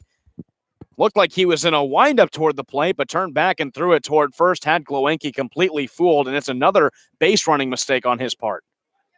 Breaking ball curves into the zone, and count now evens up at a ball and a strike. Colby Dunlop still warming up for the Braves. Might be getting ready to make an appearance. Another breaking ball misses up high. 2-1 to count now to Cade Beloso. Glowinski, that's the third base running mistake we've seen him have in the past 3 games. 2-1 foul toward the Braves dugout. 2-2 now the count. You know, getting on base is one thing, but protecting your base is another, and Glowinski just thrown out there. He's good at getting on base, but once he gets there, has really struggled on the base paths. Cade Beloso awaiting his 2-2 pitch here from Brendan Salucci. Breaking ball, and it's in the zone, strike 3. Beloso goes down on strikes, and it's an unconventional 1-2-3 inning for the Gatemen. No runs, no hits, nobody left on. And we'll head to the top of the 6th. The Braves still with a 3-1 lead over the Wareham Gatemen, and you're watching it on the Bourne Braves Baseball Network.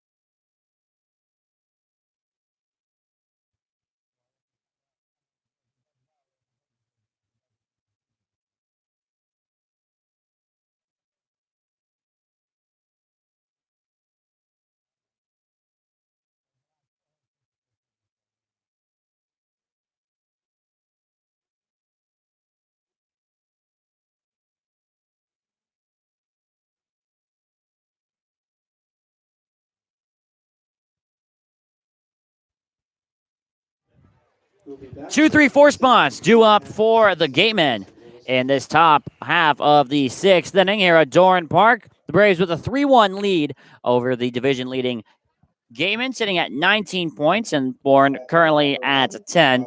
And still on the mound for the Braves, Sam, is Mac Lardner. A little shocking. He has to go through the toughest part of this lineup, but Harvey Shapiro trusts him. First pitch, a Darren Baker ground ball. That's off the chest of Jake McKenzie. He has to hurry the throw, and he's safe. McKenzie gets a bad hop over there. It'll likely go down as an error. He could not corral it. It does go as an error. And for the third time tonight, Baker finds a way on base, and it's a leadoff base runner here for the Gatemen. Pretty hard hit ground ball to McKenzie over at second that just skipped into his chest. He kept it in front of him, but we know Baker's speed. He gets over to first safely. It's an E4 on Jake McKenzie. And once again, Darren Baker leads off on base. Now that brings up one of the best hitters in this entire league, Jacob Teeter. First pitch to Teeter, breaking ball, just misses the zone inside, perhaps a little high as well, 1-0. Lardner's been able to get Teeter on 2 double plays, and you have to think, one of the best hitters in the Cape League, he's going to have to find a way to get on base here pretty soon. Lardner takes a look at first, now fires the 1-0. There goes Baker. The hit and run is for naught. The pitch is fouled off. Right back to the Gatemen dugouts. Count evens up at a ball and a strike. That's the same thing Wareham tried the last time Baker got on first and Teeter was up. They tried to have Baker with a hit and run situation with Teeter. Teeter grounded out over to McKenzie for a double play. They're just trying to get a runner in scoring position. 1-1 count to Teeter. Baker the runner on first, and Lardner is going to throw over there, and Baker's back in without a slide. You mentioned it, Sam. Teeter with 2 grounding into double plays tonight. 2 4-6 threes. Here's the 1-1 to Teeter. He lines this one foul off the light pole, heads up over there on the ricochet. Count now moves to a ball and 2 strikes. That might be a harder shot than the trash can. Right off one of the light, like one, not even off the pole, but the lights. Yeah, the thing is, there's a smaller target, but there's more of them. I don't know how it stacks up. It's tough. 1 ball and 2 strikes to count to Jacob Teeter. Here's the pitch from Larner. It's in the dirt. It bounces a foot before the plate. Greer does a nice job keeping the ball in front of him and, more importantly, keeping Baker at first base. Yeah, you don't know how big that is for Jackson Greer to be able to save that ball and hold for now. Darren Baker over at first. Braves just trying to hold Wareham in check. They've been scoreless since the first inning, and the Braves are not going to allow any opportunities for the Gatemen. Yeah, it's one of those things that will never really go down into the box score, but every single pitch matters here. The 1-2, see you later.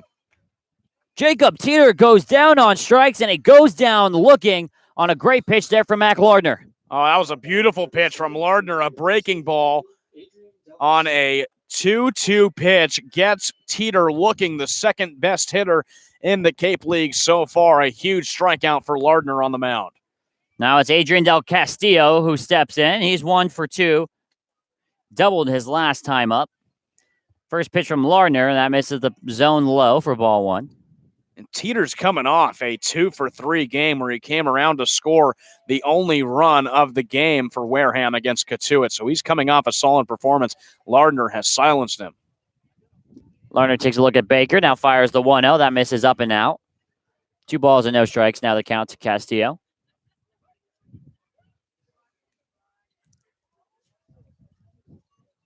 Dunlop still getting his throws in down at the bullpen. Lefty on lefty matchup here. Lardner going to throw to first base. Baker once again back without a slide. You think, Sam, it's only a matter of time before he tries to run again. Yeah, Lardner's just letting him know that he knows where he is. Lardner comes set. Hands meet just above the waist. Here's the 2-0. There goes the runner, Baker. It's a fly ball to deep left center field to Giacomo and Fabian back on it. Fabian calls off the center fielder to Giacomo and makes the catch. Baker retreats to first base, and there's 2 outs here on the top of the 6th. Every single time Wareham has tried the hit and run, they got him over at first. They catch Darren Baker sleeping over there at first base. They're able to apply the tag and talk about an unconventional double play. It's going to go in the book as a double play. The Braves get themselves out of the 6th inning, and we'll head to the bottom half of the 6th with the Braves still on top, 3-1 here, and you're watching it on the Braves Baseball Network.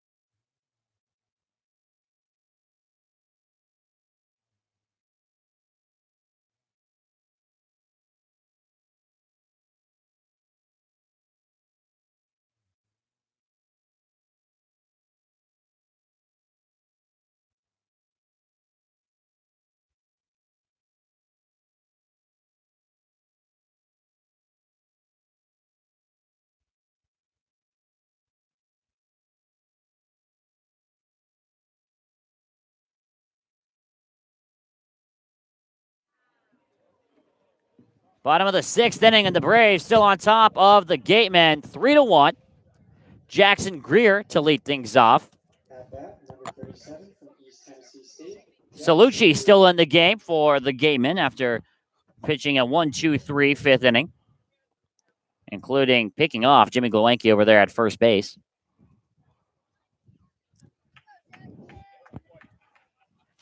Here's the first pitch from Salucci to Greer. The pair of 37s facing off against each other. It's a first pitch strike for Salucci. Greer right now in the game with the winning hit all the way back in the first. A 2 RBI double that was oh so close to getting out of here. It actually bounced over the wall for a ground rule double, but gets his first start at catcher tonight and doing pretty well. 0-1 misses down and in. Count evens at a ball and a strike now. And Jackson Greer on his third Cape Cod Baseball League team this summer. Spent a few games with the Harwich Mariners, played one game with the YD Red Sox before eventually ending up here in Bourne. 1-1 pitch is grounded foul over toward the Braves dugout. Count now moves to a ball and 2 strikes.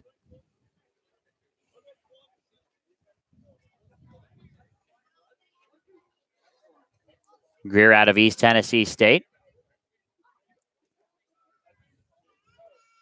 Gets his 1-2 pitch now. Breaking ball. Grounds it over to third. That's Chad Stevens. He's got it on the backhand. Throw across the diamond. Beats Greer by a couple steps. And it's out number 1 here in the bottom of the 6th. Easy going ground ball over to third off the bat of Greer. He falls to 1 for 3, but that big hit in the first inning is going to cover him for the rest of the night. Xavier Warren now steps in. He's also got in on the RBI action. Hit a double back in the first inning to match Jackson Greer's double, the third consecutive one of that inning. First pitch to Xavier Warren. Batting from the right side due to the lefty Salucci. Misses the zone for ball 1.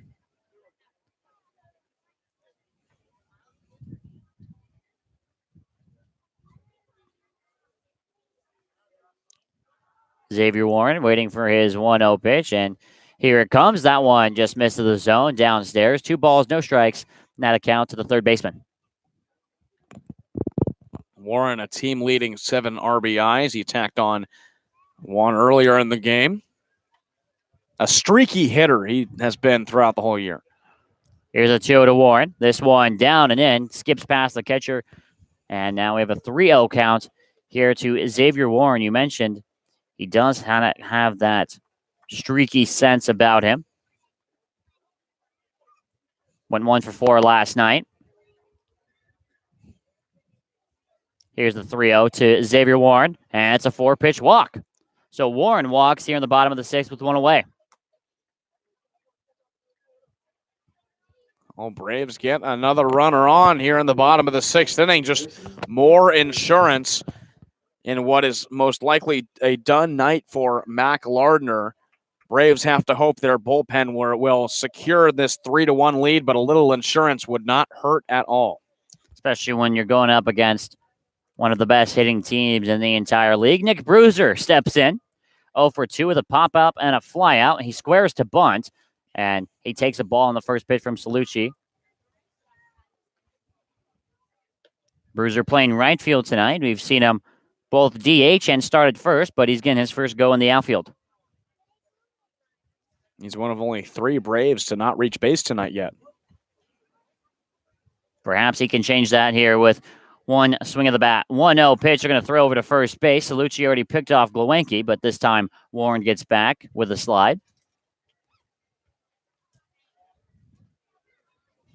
And Salucci, a southpaw.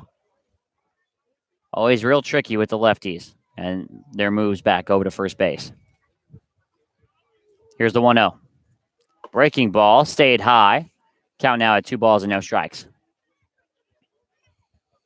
You know what we haven't said yet? What's that? Happy Bobby Bonilla Day. That's right. Happy Bobby Bonilla Day. As we're going to have time called here, and it looks like pitching coach Jim Lawler is going to head out there and talk to his man.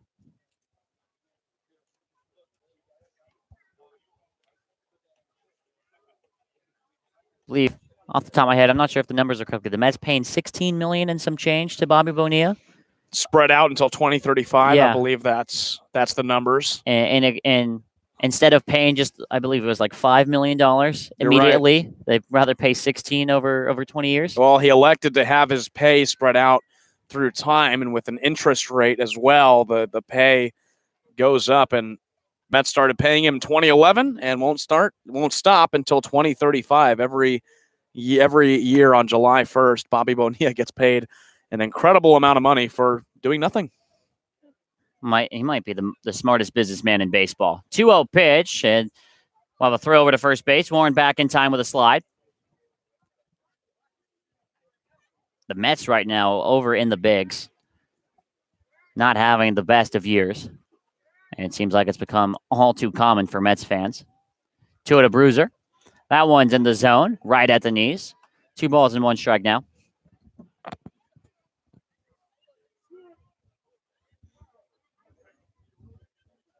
Although a Met who is not having a bad year, Pete Alonso, former Brave. Former Brave, you're right.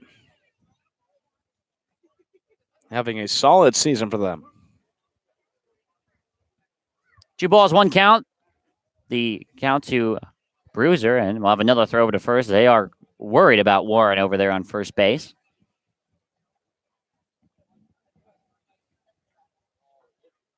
Bruiser just trying to get a pitch. Here he goes. 2-1. Fly ball into deep center field. Back on it is Ward.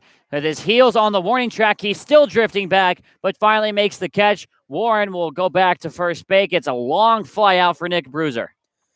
Bruiser off the bat got great contact, just barely missing the fence in center field as Braden Ward had to back up all the way to the warning track, and it's a loud out number 2 with Jared Poland coming up. Warren still over on first. Jared Poland, 0 for 1. He grounded out in the first, and he walked back in the 4th inning.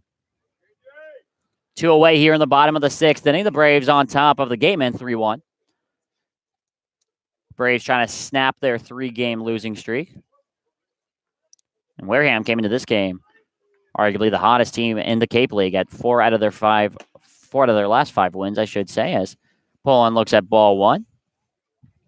Wareham coming out of a tough matchup last night against Katuitt, the number 2 team in the West, where Wareham barely scooted out with a 1-0 win.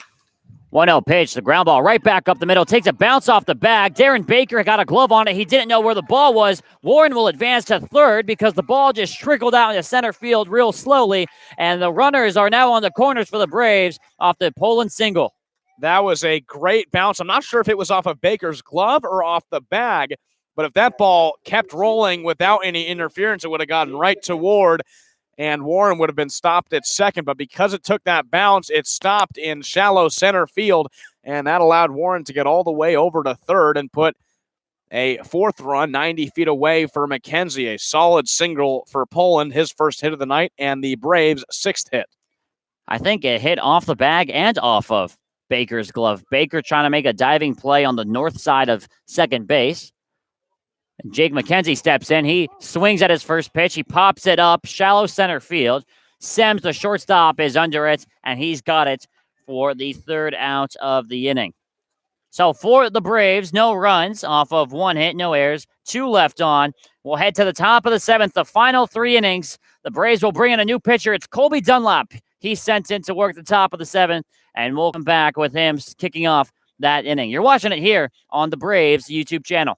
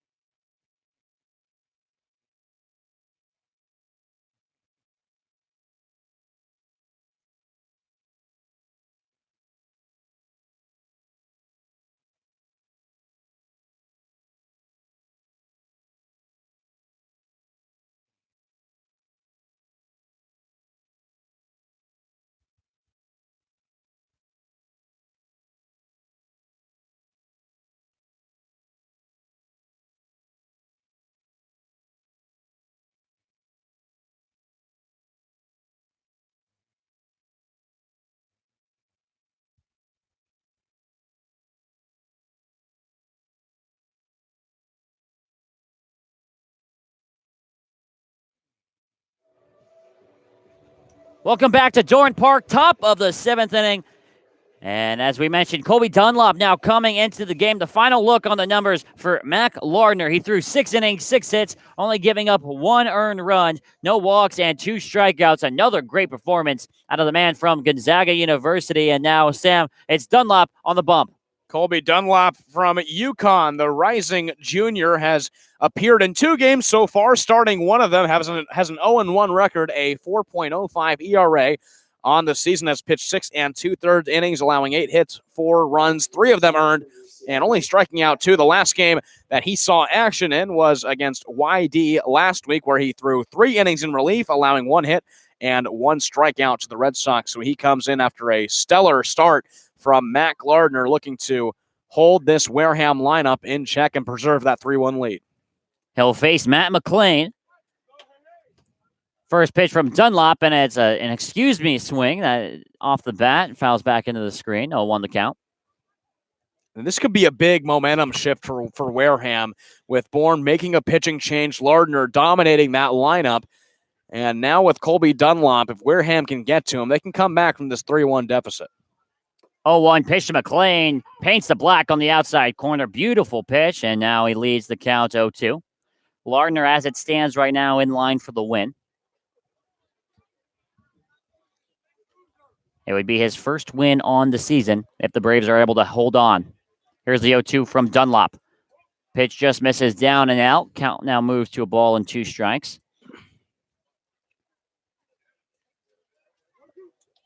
Dunlop, the righty, the only Braves player, to my knowledge, sporting the glasses, the athletic glasses. Got the goggles. Eric Gagne look, maybe? 1-2 from Dunlop. Swung on and missed. Greer can't hang on. He has to make the throw 90 feet to first base. He does so in plenty of time. And the first batter up is the first strikeouts for Colby Dunlop.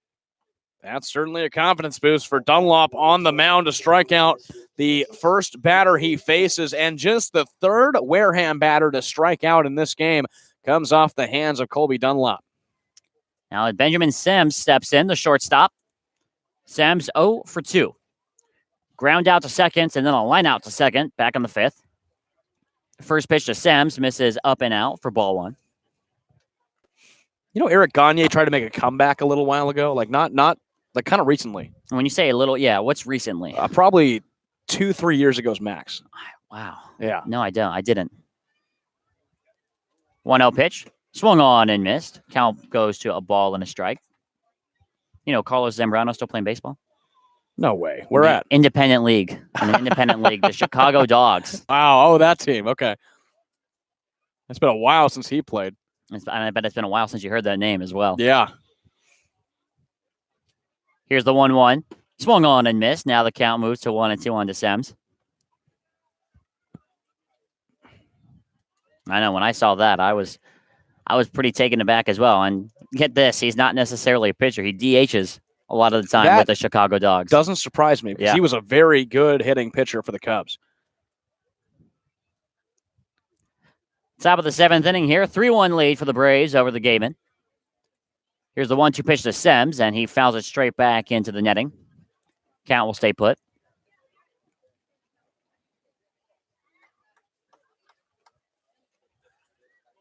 Harvey Shapiro in his 17th season for the Braves. Won the only championship for the Bravos back in 2009, beating the Catuit Cavaliers. 1-2 pitch, foul down the left field line, out of play. Catuit, tomorrow's opponent. Over at Catuit.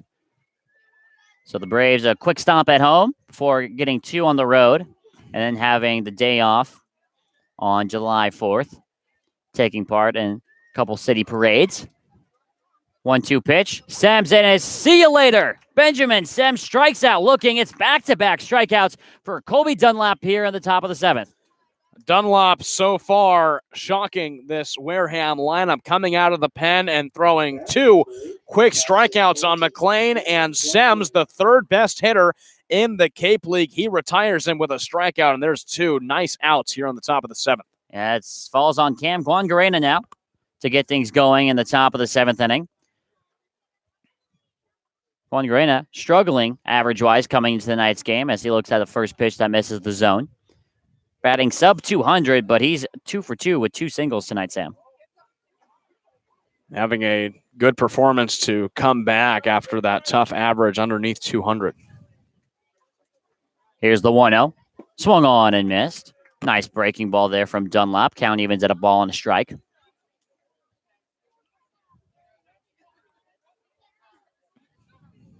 The Braves are able to hang on to this lead for the 7th and into the 8th. The 1-1 pitch is swung on and missed once again. Count out at 1-2. And Dunlop coming into this appearance in his previous 2 games pitched, with one of them being started, only had 2 strikeouts on the season. He comes up and retires to Gatemen via the strikeout and now has Guangarena down 1-2. Here's the 1-2 to Guanarena. Misses upstairs. Count now evens at 2 balls and 2 strikes. The Braves are able to keep the lead here into the 9th inning. You know who I think we'd see? Little Tyler Broch's time? Tyler Broch's time. That's right. The submarine pitcher. 3 saves on the season. Braves have got to get there first. 2-0 pitch. Bounces in the dirt. Count fills up at 3-2. And we mentioned in the open, Sam, this Braves bullpen really has been the anchor point the entire season for this team. Yeah, it really has. It's just the batting really hasn't caught up to it yet, but Harvey Shapiro has total faith in this bullpen. 3-2 pitch is another swing and a miss. How about that for Colby Dunlap? Strikes out the side. 2 swinging, 1 looking. It's a 1-2-3 inning, and the Braves still on top of the Gatemen 3-1. We'll head to the bottom of the 7th at stretch time here at Dorn Park with the Braves up by 2, and you're watching it here on the Braves Baseball Network.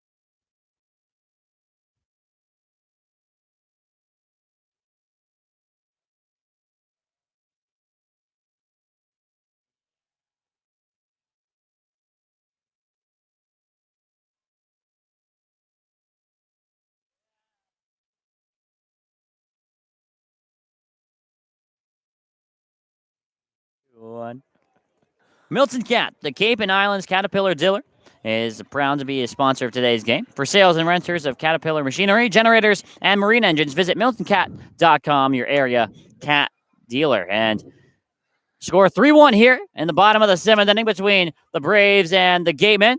And Sam Wiederhaft, please, if you don't mind, take us on a trip around the Cape. Well, it's a close one over at Lowell Park, where we'll be at tomorrow. Katuitt over Hyannis right now, 8-7 in the top of the 8th inning at Orleans. Orleans is beating Falmouth 3-0, and YD right now down to Chatham 2-0. That game in the bottom of the 2nd. Orleans game in the bottom of the 6th. Yeah, and we'll be sure to keep an eye on that Hyannis and Falmouth game. Should the Commodores lose tonight and the Braves hang on and win this game, the Braves would reclaim that 3rd position. Giovanni DiGiacomo leading things off in the home half of the 7th inning for the Braves. 0 for 2 with 2 strikeouts. His first pitch, he squares to bunt, backs away from the breaking ball. Made to look a little silly there. It finds the strike zone, 0-1 the count. That was such a good breaking ball from Salucci. DiGiacomo pulled back his bunt, actually stepped out of the box. It was so far into the box and curved right into the zone. 0-1 pitch, same breaking ball, and this time DiGiacomo swings at it. He fans. No balls and 2 strikes now. Giacomo has really been the only batter that has really struggled. You mentioned 2 strikeouts, and he's already down 0-2 on some pretty ugly pitches from Salucci. 0-2 pitch is a waste pitch, misses way outside. 1 ball and 2 strikes now.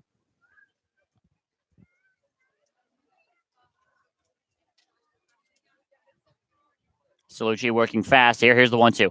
Breaking ball. DiGiacomo swings. It gets past the catcher, Guangarena, and on a strikeout, his 3rd of the night, DiGiacomo gets on first base. Oh, any way you can get on base. That was an almost exact replica of the strikeout on Braden Ward, the first batter of the game with Mac Lardner pitching. It was a pitch that was way in the dirt, bounced off of Guangarena, the catcher, and way over toward the Bourne Braves dugout. Allows DiGiacomo to get over to first, and the Braves lead this inning off with a base runner. Back to the top of the order we go, and Judd Fabian, 2 for 3, a single, a double, and a strikeout. And we'll just say off the record here that the strikeout came after Sam mentioned that he was halfway to the cycle. All right. First pitch to Fabian's in the dirt for ball 1. I really seem to be the curse for this team, right? Whenever I do play-by-play, we don't win. I'm 1-6 as a play-by-play man in our games. You're what, 4-3? Correct, as it stands right now. 1-0 pitch to Fabian, fouled off. Counting is up at a ball and a strike. Yeah, I don't really pay attention to the numbers. All right. All right, fair enough. Fair enough. I mean, when you're in my spot, you kind of have to because we really struggle whenever, I mentioned he's almost halfway to the cycle. He strikes out. And before the 1-1 pitch, Salucci throws over to check on DiGiacomo. He gets back in with a slide. Just want to make sure I'm doing the right things to allow this team to be successful. And it looks like the right things would be to stop mentioning their successes. At least on the air. Here's the 1-1. Swung on a miss from Fabian. Count now moves to 1-2. Braves over at Katua tomorrow night. Should say tomorrow evening. Game slated for a 5 p.m. start. Katua, of course. No lights over there. 1-2 pitch. Goes inside. The ball gets away from Guangarena. And DiGiacomo is able to take second base on the wild pitch without a throw. And the Braves have a base runner now at second base in scoring position with nobody out.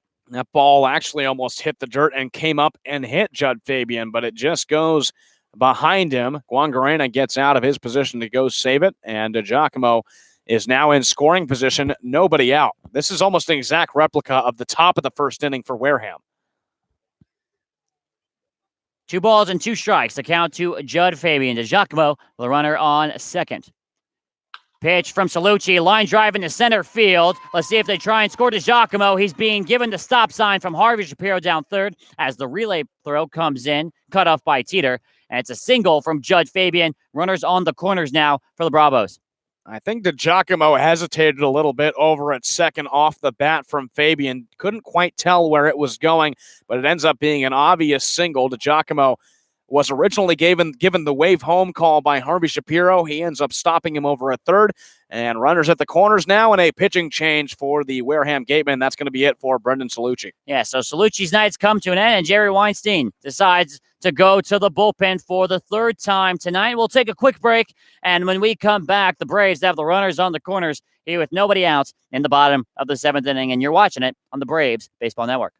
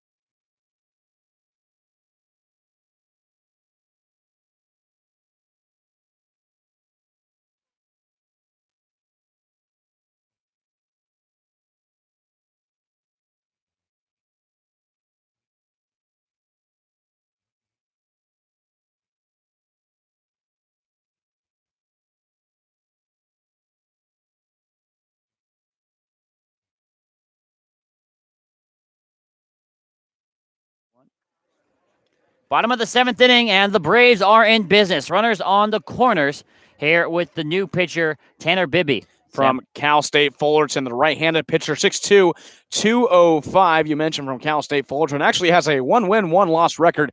He's appeared in 3 games, all in relief appearances. A solid 1.58 ERA with 5 2/3 innings pitched on the season. Has a save, 5 strikeouts, 1 walk, and has only allowed 3 hits in his 3 appearances. Last time he pitched was June 23rd at Orleans in a 1-0 loss. Picked up the loss in that game. 2 third innings pitched there, allowing 1 earned run, 1 hit, 1 strikeout, facing 3 batters. And he comes on with runners at the corners against the Braves and Jimmy Glowenke, who's still looking for his first hit coming up. And you mentioned the numbers on Bibby, very much so. The Gatemen shutdown guy, and he's been tasked with having to shut down this inning. Runners on the corners here with Jimmy Glowenke up. First pitch to Glowenke, swings and lines it into center field. Back on it is Ward. This will be deep enough to score the runny to Giacomo. Ward makes the catch, leaping into the air. So it'll be an RBI sac fly for Glowenke. And it's another run scored for the Braves. 4-1 the score now in the bottom of the 7th. Well, Glowenke doesn't get a hit, but he does his job and hits a high-flying fly ball to deep center field that chased Ward back. He actually had to jump to catch it, which allowed plenty of time for DiGiacomo to come home, and there is a big insurance run for the Braves, 4-1 in the bottom of the 7th. So Salucci goes 2 innings, 2 hits, 2 walks, struck out 3, and he is credited with that earned run. There goes the runner. Fabian, hit and run was on, and Beloso lines it out, flies it out to left field, and Fabian is being forced to move back after the hit and run falls moot. 2 outs now in the bottom of the 7th. It's a good idea for Beloso to swing away and Fabian to steal. Beloso already has a double in this one, but just gets under that ball to left field, and that brings up Greer. Jackson Greer so far in tonight's game, 1-for-3. Of course, had the 2 RBI ground rule double back in the first inning. Playing on his 3rd Cape Cod Baseball League team this season as Bibby throws over to first base. Fabian back in with the slide. Salucci is credited with that DiGiacomo run, and also if Fabian comes around to score, he'll be responsible for him as well. First pitch to Greer, breaking ball, and this is roped down the line. It'll be extra bases for Jackson Greer. Fabian round second. He's given the go sign from Harvey Shapiro. The relay throw from short is not in time. Fabian scores. The throw gets behind. The pitcher, Bibby, does well to back it up. And it's another double for Jackson Greer. Make that 3 RBIs in tonight's game. What a big day for Jackson Greer. Ropes it right down the third baseline and has another RBI double. Jackson Greer making a huge impact in just his 3rd game as a Bourne Brave. Xavier Warren now steps up. The score, 5-1. Braves on top of the Wareham Gatemen here in the bottom of the 7th inning.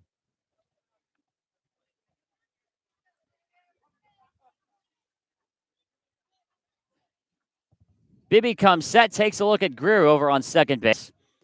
Fires his first pitch, and it's in there for strike 1. Greer is going to be so exciting to watch this season. He's already making an impact. Just this only his 3rd game, the first time he started at catcher. And he really provides a big power element to this lineup. Here's the 0-1 to Warren. Breaking ball that's in the dirt. 1 ball, 1 strike now. Warren for the first time tonight batting from the left side. The switch hitter out of Central Michigan. So far in tonight's game, 1 for 2. RBI double back in the first. He walked his last time up in the 6th. Here's the 1-1 to Warren. That's in the zone, right down the middle. 1 ball and 2 strikes now. And this is the game we've been waiting for a long time out of this Braves team. And such a good opponent to do it against in Wareham, who's coming off a stretch of 5 games where they've won 4 of them.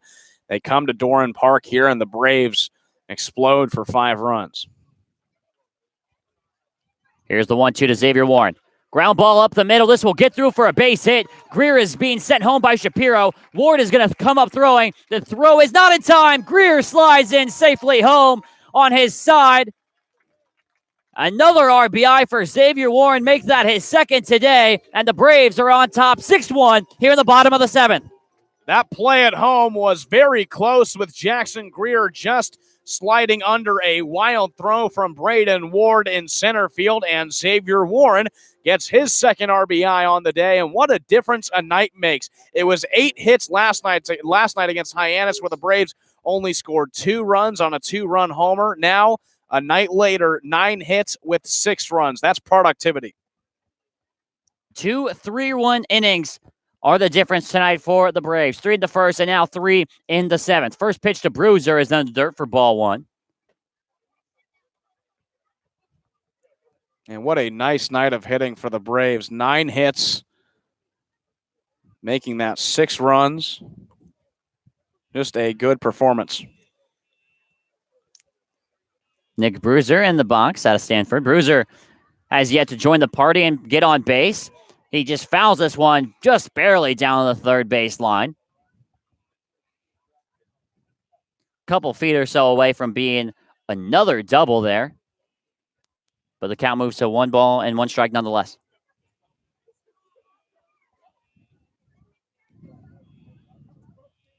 Xavier Warren, the runner at first. He just knocked in Jackson Greer after Greer's RBI double.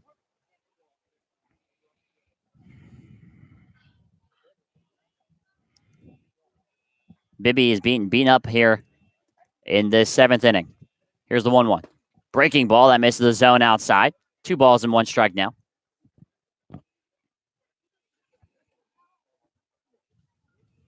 And Bruiser now just one of 2 players in this Braves lineup to not quite yet get on base. DiGiacomo got lucky by getting on a drop third. Bibby threw over to first, but time was called. So the ball is dead. Bibby steps back on the rubber, gets a play signal from Jim Fonseca, the home plate umpire. And Bruiser again calls time. 2 balls and 1 strike to count to the right fielder in tonight's game, Nick Bruiser. Here's the 2-1 from Bibby. Breaking ball swung on and missed from Bruiser, way in front. Count evens up at 2 balls and 2 strikes now.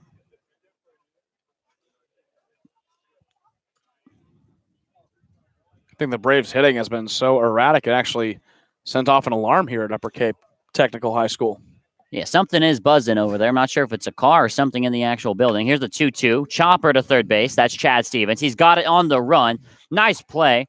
And that retires the side here in the bottom of the 7th inning. But the Braves once again strike for 3 runs, thanks in part to a lot of hitting. Only 1 left on for the Braves. Going into the top of the 8th, the score here from Dorn Park is the Braves 6, Wareham 1, and you're watching it here on the Braves Baseball Network.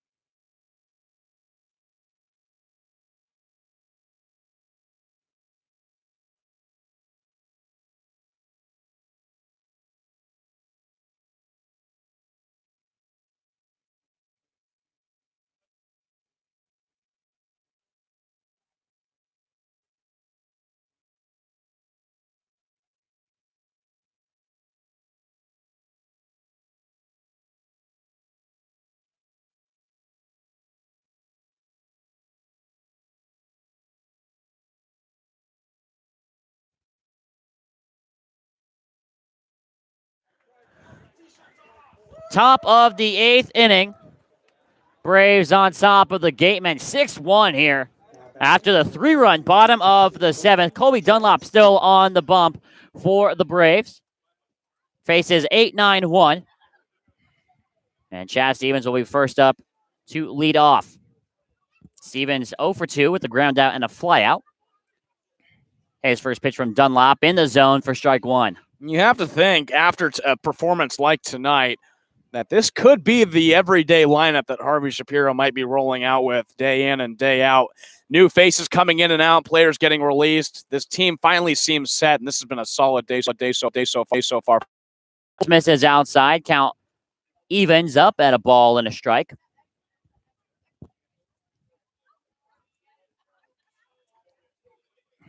Dunlop sets, hands meet at the waist. Here's the 1-1 to Stevens. That's in the zone for strike two.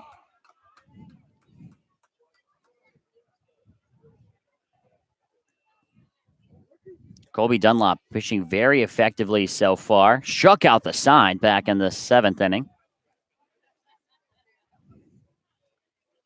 Here's the 1-2 to Stevens. Swung on and missed. Make that 4 strikeouts in a row for Colby Dunlop. And the bullpen is not shying away from the spotlight either tonight, Sam. What a solid performance from Colby Dunlop taking over for Mac Lardner. We thought that could possibly be a change in momentum with Wareham finally getting through Lardner, getting to another arm, possibly a fresh start. But Colby Dunlop says, no, sir, striking out the first 4 batters he's seen. Toro Otsuka now steps in. 1 for 2.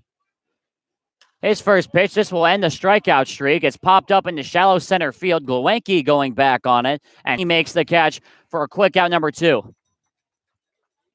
Those are the outs you like to see if you're not getting strikeouts. A first pitch pop-up that was very easily fielded by Jimmy Glowacki at short for the quick second out of the inning. Now we're back at the top of the order. It's Braden Ward. 0 for 3. Has a run scored, though. 2 strikeouts in the game for Ward. And Otsuka, the last batter, was actually the last batter to get a hit for Wareham back in the 5th inning.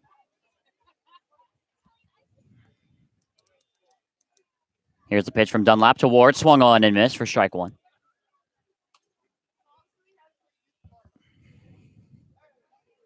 Bullpen is quiet for right now, so you would assume this is probably Dunlop's game to finish.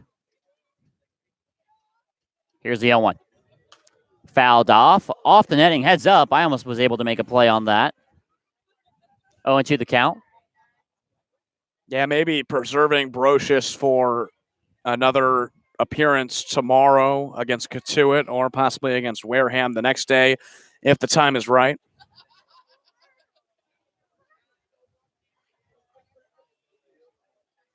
No balls and 2 strikes to count to Braden Ward, the center fielder tonight's game. Floater into shallow left field. It'll be a tough play, and it falls right in between Fabian, and it gets away from him. And Ward is able to advance to second base. So depending on how it's scored, the Gatemen have a base runner on second base with 2 away in the 8th. Fabian had charged in on that ball a little too much. It bounced in front of him and then got behind him. That allowed Ward to get over to second, possibly scored as a single, and he advances to second. Not really sure on the scoring, but Fabian just misjudging the ball. It gets behind him, and that allows Ward to get in scoring position. We'll pencil it in as a double for now until we know otherwise. Now that brings up Darren Baker. We have time called. Baker so far on tonight's night has reached base all 3 times. 2 singles back in the 1st and the 4th, and got on thanks to a Jake McKenzie error back in the 6th. First pitch to Baker, line foul down the third baseline, right over toward the Braves dugout.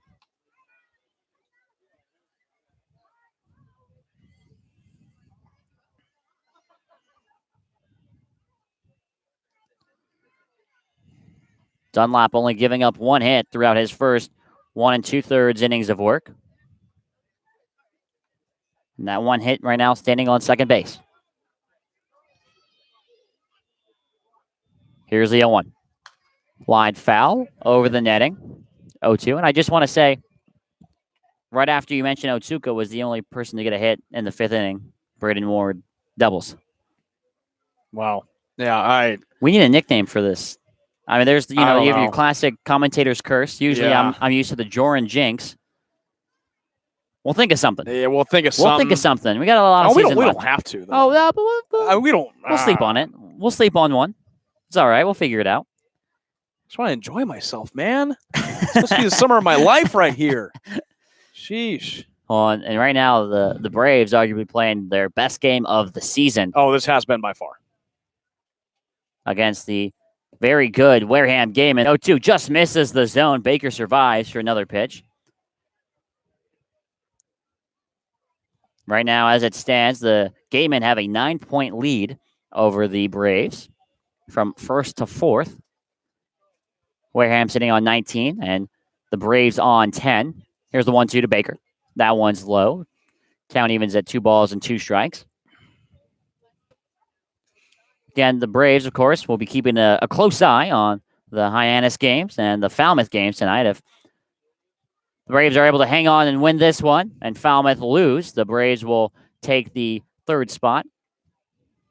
Here's the 2-2 to Darren Baker. Misses up and out. Count now at 3 balls and 2 strikes. Hyannis battled all the way to the end, but it's Katuitt persevering through that one, winning a very high-scoring battle, 9-8 at Lowell Park. That game just went final. Braves will be at Lowell Park tomorrow night to go take on the Kettleers for the first time this season. And Ward dancing around over at second base. Greer calls for Dunlop to step off. We already saw Ward take third on a similar play like that earlier tonight.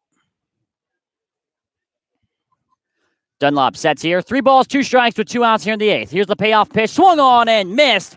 Darren Baker goes down on strikes, and Colby Dunlop has been a machine out there on the hill. 6-1 our score. We'll head into the bottom of the 8th inning with the Braves on top when we come back here on the Braves Baseball Network.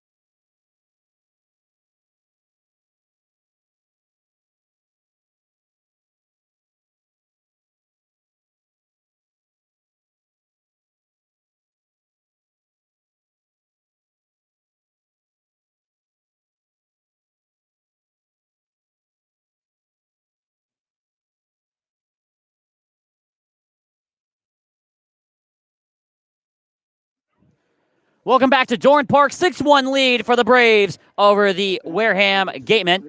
Jordan Palacio here alongside Sam Wiederhaft. Jared Poland starts us off here in the home half of the 8th inning after the Braves put up 3 runs back in the bottom of the 7th. First pitch from Tanner Beebe, and it's just missing the zone for ball 1.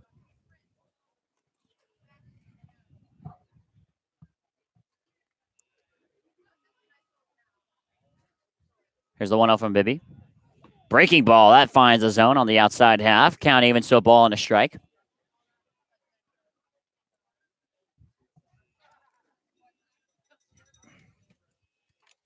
One ball, 1 strike. Here's the pitch to Poland. Check swing. It's in the zone anyway, and the count moves to a ball and 2 strikes. And it does seem like there could be a little sense of stability with this lump the way it sits right now. Yeah, and Poland is really the last addition that this team has been waiting on with him playing his first game today. 1-2 pitch is grounded to the left side. It's a bad hop. It's off Chad Stevens. Throw on to first. Almost gets away from the first baseman, Teeter. And depending on how it's scored, the Braves have a leadoff base runner. And this field has just endured so much. They will count it as an error on Stevens over at third. So that's an E5. But this field has endured so much because of the rain, and we've seen tons of bad hops on these fielders. We've seen a ton today and earlier in the season, and that time it just hops up on Chad Stevens, and that allows Poland to get the first on the error. First pitch here to Jake McKenzie, and he fouls it off. Falls behind 0-1. So Poland gets on via air. He's been on 3 times tonight, very quietly. He's been on 3 times tonight with a walk, a single, and now an air. McKenzie so far in tonight's night has yet to reach base, 0 for 3.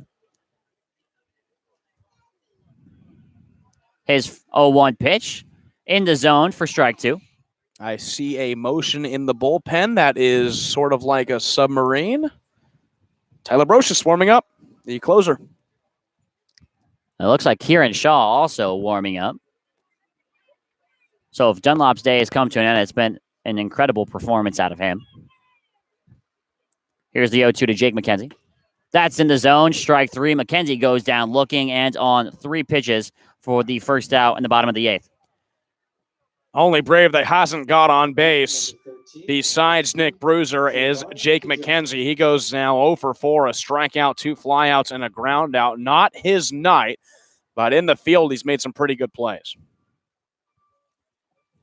Now it's Giovanni DiGiacomo, who's 0 for 3 with 3 strikeouts. He has a run scored so far tonight as well.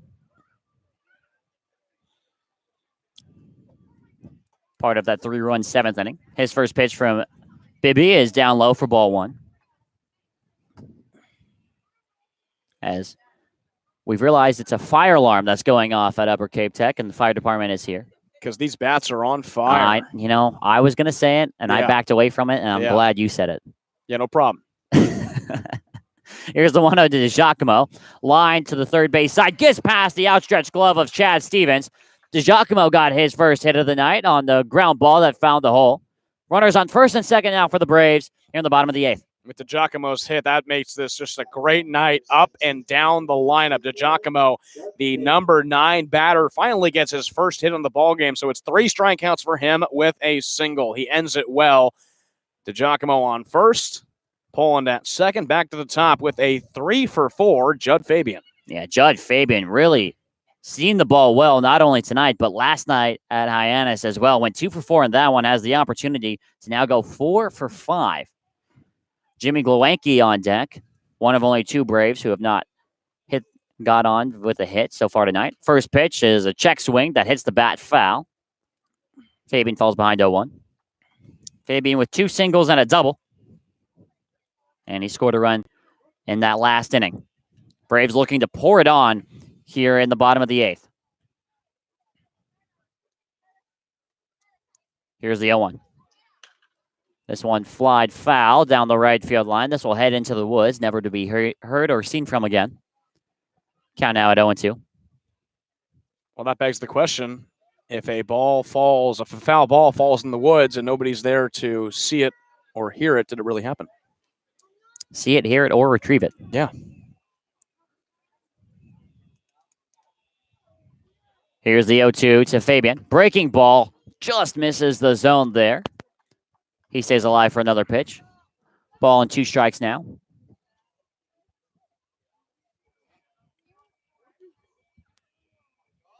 And it's been a very successful youth baseball night here at Doran Park. Kids getting a chance to test out their throwing ability with a radar gun out in left field. Here's the 1-2. Breaking ball on this one is in the zone for strike 3. Fabian avoided the strikeout on the last pitch. Can't do so here. He fans for the second time tonight. 2 outs here in the 8th. Well, the only down part of Fabian's game has been the 2 strikeouts in the 5th and now the 8th. But so far, or for this game for Judd Fabian, a huge success for him in the leadoff spot. He's been able to get on and came around to score 1 time in the 7th. Jimmy Glowacki now steps in as an RBI in tonight's game, along with a run scored at a sacrifice fly back in the 7th inning. 2 outs here. First pitch to Glowacki is in the zone for strike 1. Runners on first and second here for the Bravos. DiGiacomo on first, Poland on second.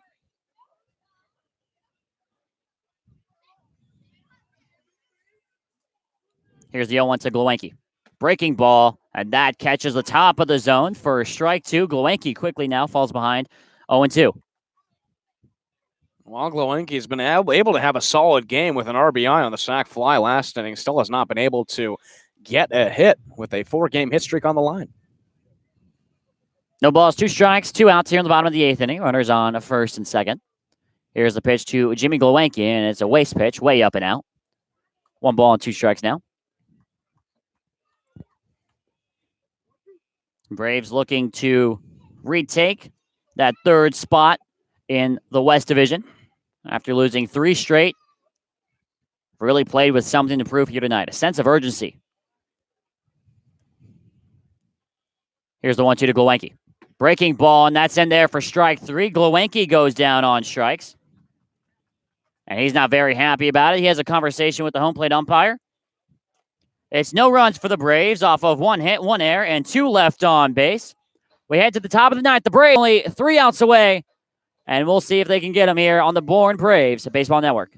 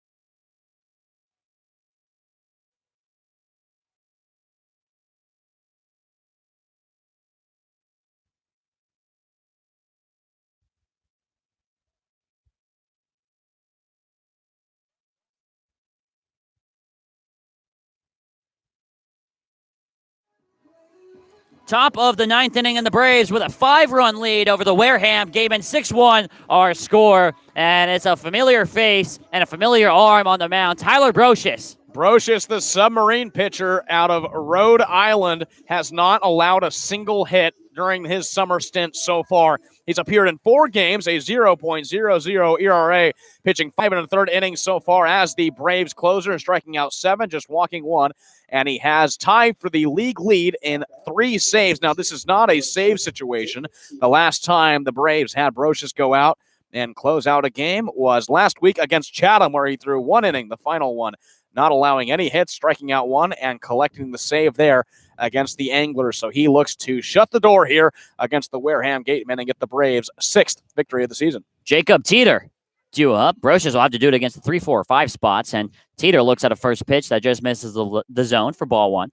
This could, in theory, become a save situation if the tying run steps on deck. So, for example, if the bases are loaded, then it would become a save situation. 1-0 to Teeter is in the zone for strike 1. Such a silly rule, by the way. All the little bylaws. It is weird. In the stat, and like, for example, grounding into double play does not count if you score a run as an RBI either. Here's the 1-1 to Teeter. Just misses outside. 2 balls and 1 strike now. Teeter, so far tonight, has grounded into 2 different double plays and struck out looking. Getting his first at-bat here since the 6th inning. Here's the 2-1. Fouled off. Flying towards the high school, Upper Cape Tech. Count evens at 2-2. Tyler Brocious, also the big fungo hitter during infield practicing every day before games. 2 balls and 2 strikes. The count to Jacob Teeter.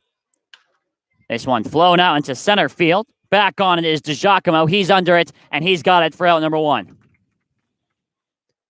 And right off the bat, Brocious knows that's an out. I mean, he has so much confidence on the mound. hears the ball's hit, immediately puts his head down and starts walking around the mound, getting ready for the next batter. He is locked in the zone right now. Adrian Del Castillo now steps up. He's 1 for 3. A double back in the 4th inning is his only hit. First pitch from Brocious. That's in there right at the knees for strike 1.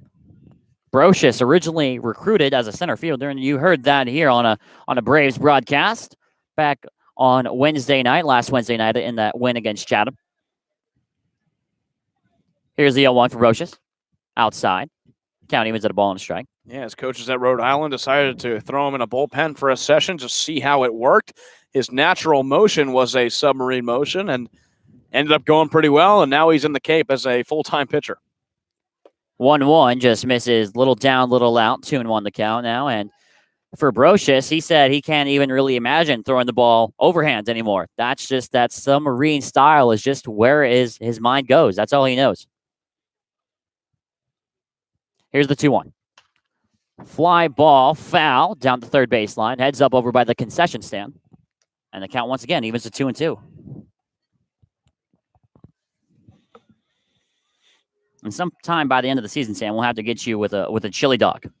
Yeah, the Doran Park famous chili dog. We'll have to figure that out.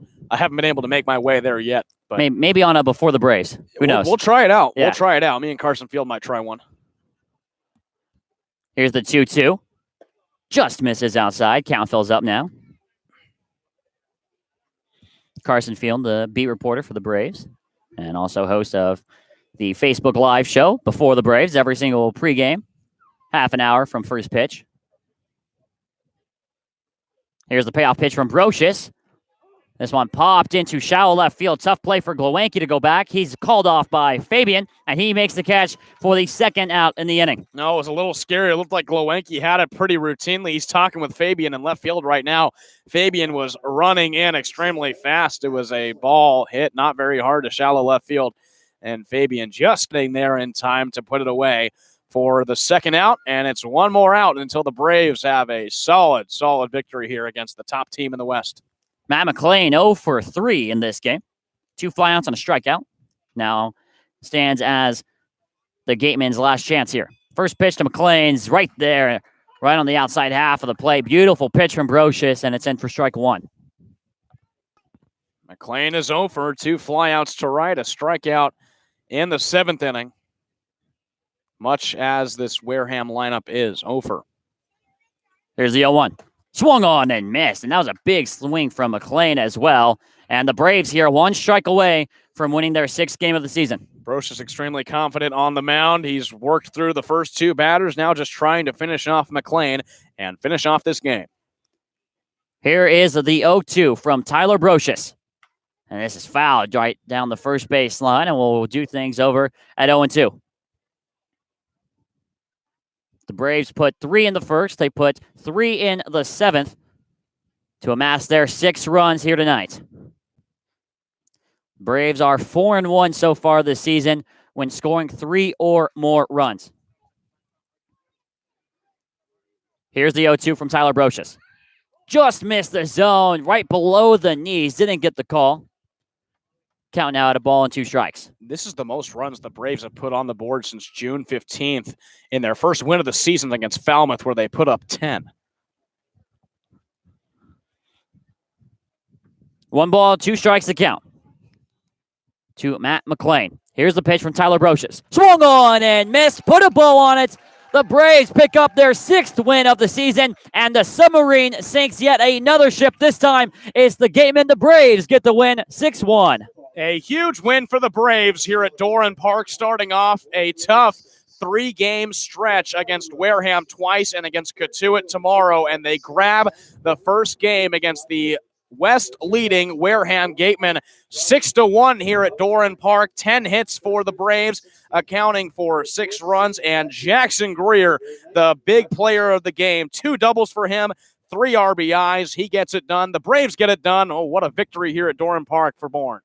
And you said it last night on Tomahawk Talk, Sam, that the Braves seem to play up to their competition, and they definitely did that tonight, playing against one of the 2 best teams in the entire league, the Western Division, leading Wareham Gatemen. Yeah, absolutely. And they went up against a tough starter in J.P. Gates, who hadn't thrown over 2 innings, but in those 2 innings that he had thrown on the season, hadn't allowed any runs. And he allows 3 in the bottom of the first, where the Braves exploded. It was Glowenke getting on, Beloso getting on with a double, Jackson Greer getting a 2 RBI double, Warren doubling after that. It was just a huge first inning, and the Braves didn't look back from there with a 3-run 7th as well. So overall, the Braves put together a performance that they've been waiting on for a while and get a big victory. And once again, we have to praise them when they're up, praise them when they're down. The pitching staff, yet again, Sam, really doing the job, holding one of the best hitting teams in the entire league to only 1 run. Yeah, it was a great start for Mac Lardner, who went 6 innings, allowing 6 hits, but only 1 earned run, 2 strikeouts for him. He comes out, he does his job, doesn't allow this league-leading average that Wareham has to get over 1 run in this game. And Colby Dunlop comes out of the pen in relief, throws 2 innings, and strikes out 5. An impressive performance from Dunlop to come out. And Brocious, what more can you say about him? Gets the job done as the Braves closer and finishes this game off right, with the Braves only allowing 1 run and the offense picking up for it, scoring 6. Let's get into our final lines of the evening. The Wareham Gatemen fall to 9-7-1 on the season. They score 1 run, 7 hits, 1 error, with 4 left on base. The Braves, on the other hand, advance to 6-9 so far on the season. 6 runs, 10 hits, 1 error, and they leave 8 on base. Mac Lardner picks up the win. He moves to 1-1 on the season, and J.P. Gates picks up his first loss. He moves to 0-1. Final game time tonight, 2 hours and 28 minutes here on July 1st of 2019. And pending a 3-run comeback from the Commodores against Orleans, the Braves will move into 3rd place in the West Division, sitting on 12 points compared to Falmouth's 11. We'll take a quick break, and when we come back, we will have Jackson Greer for a quick interview here on the press box at Doran Park. Again, our final score here tonight, the Braves get the 5-run win over the division-leading Wareham Gatemen. 6-1 the final, and we'll be back with Jackson Greer in just a moment.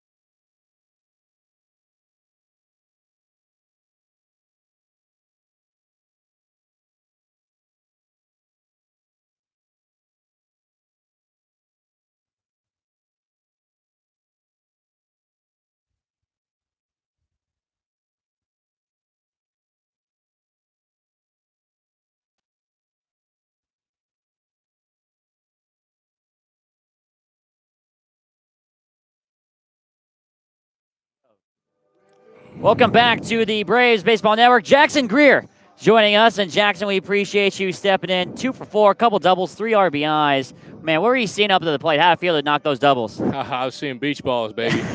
Beach balls. Now coming in, this being your third team so far this summer, how has it been for you to adjust kind of to the new scenery with all these different teams? I've been to a lot of host homes. I've been moving around a lot more than anybody would want to, let's just say. Yeah. But hopefully I get to stay. If not, it is what it is. But I think I've made my case everywhere I've been. So I just need a team to take a chance on me. And I think you've made quite the impression here tonight.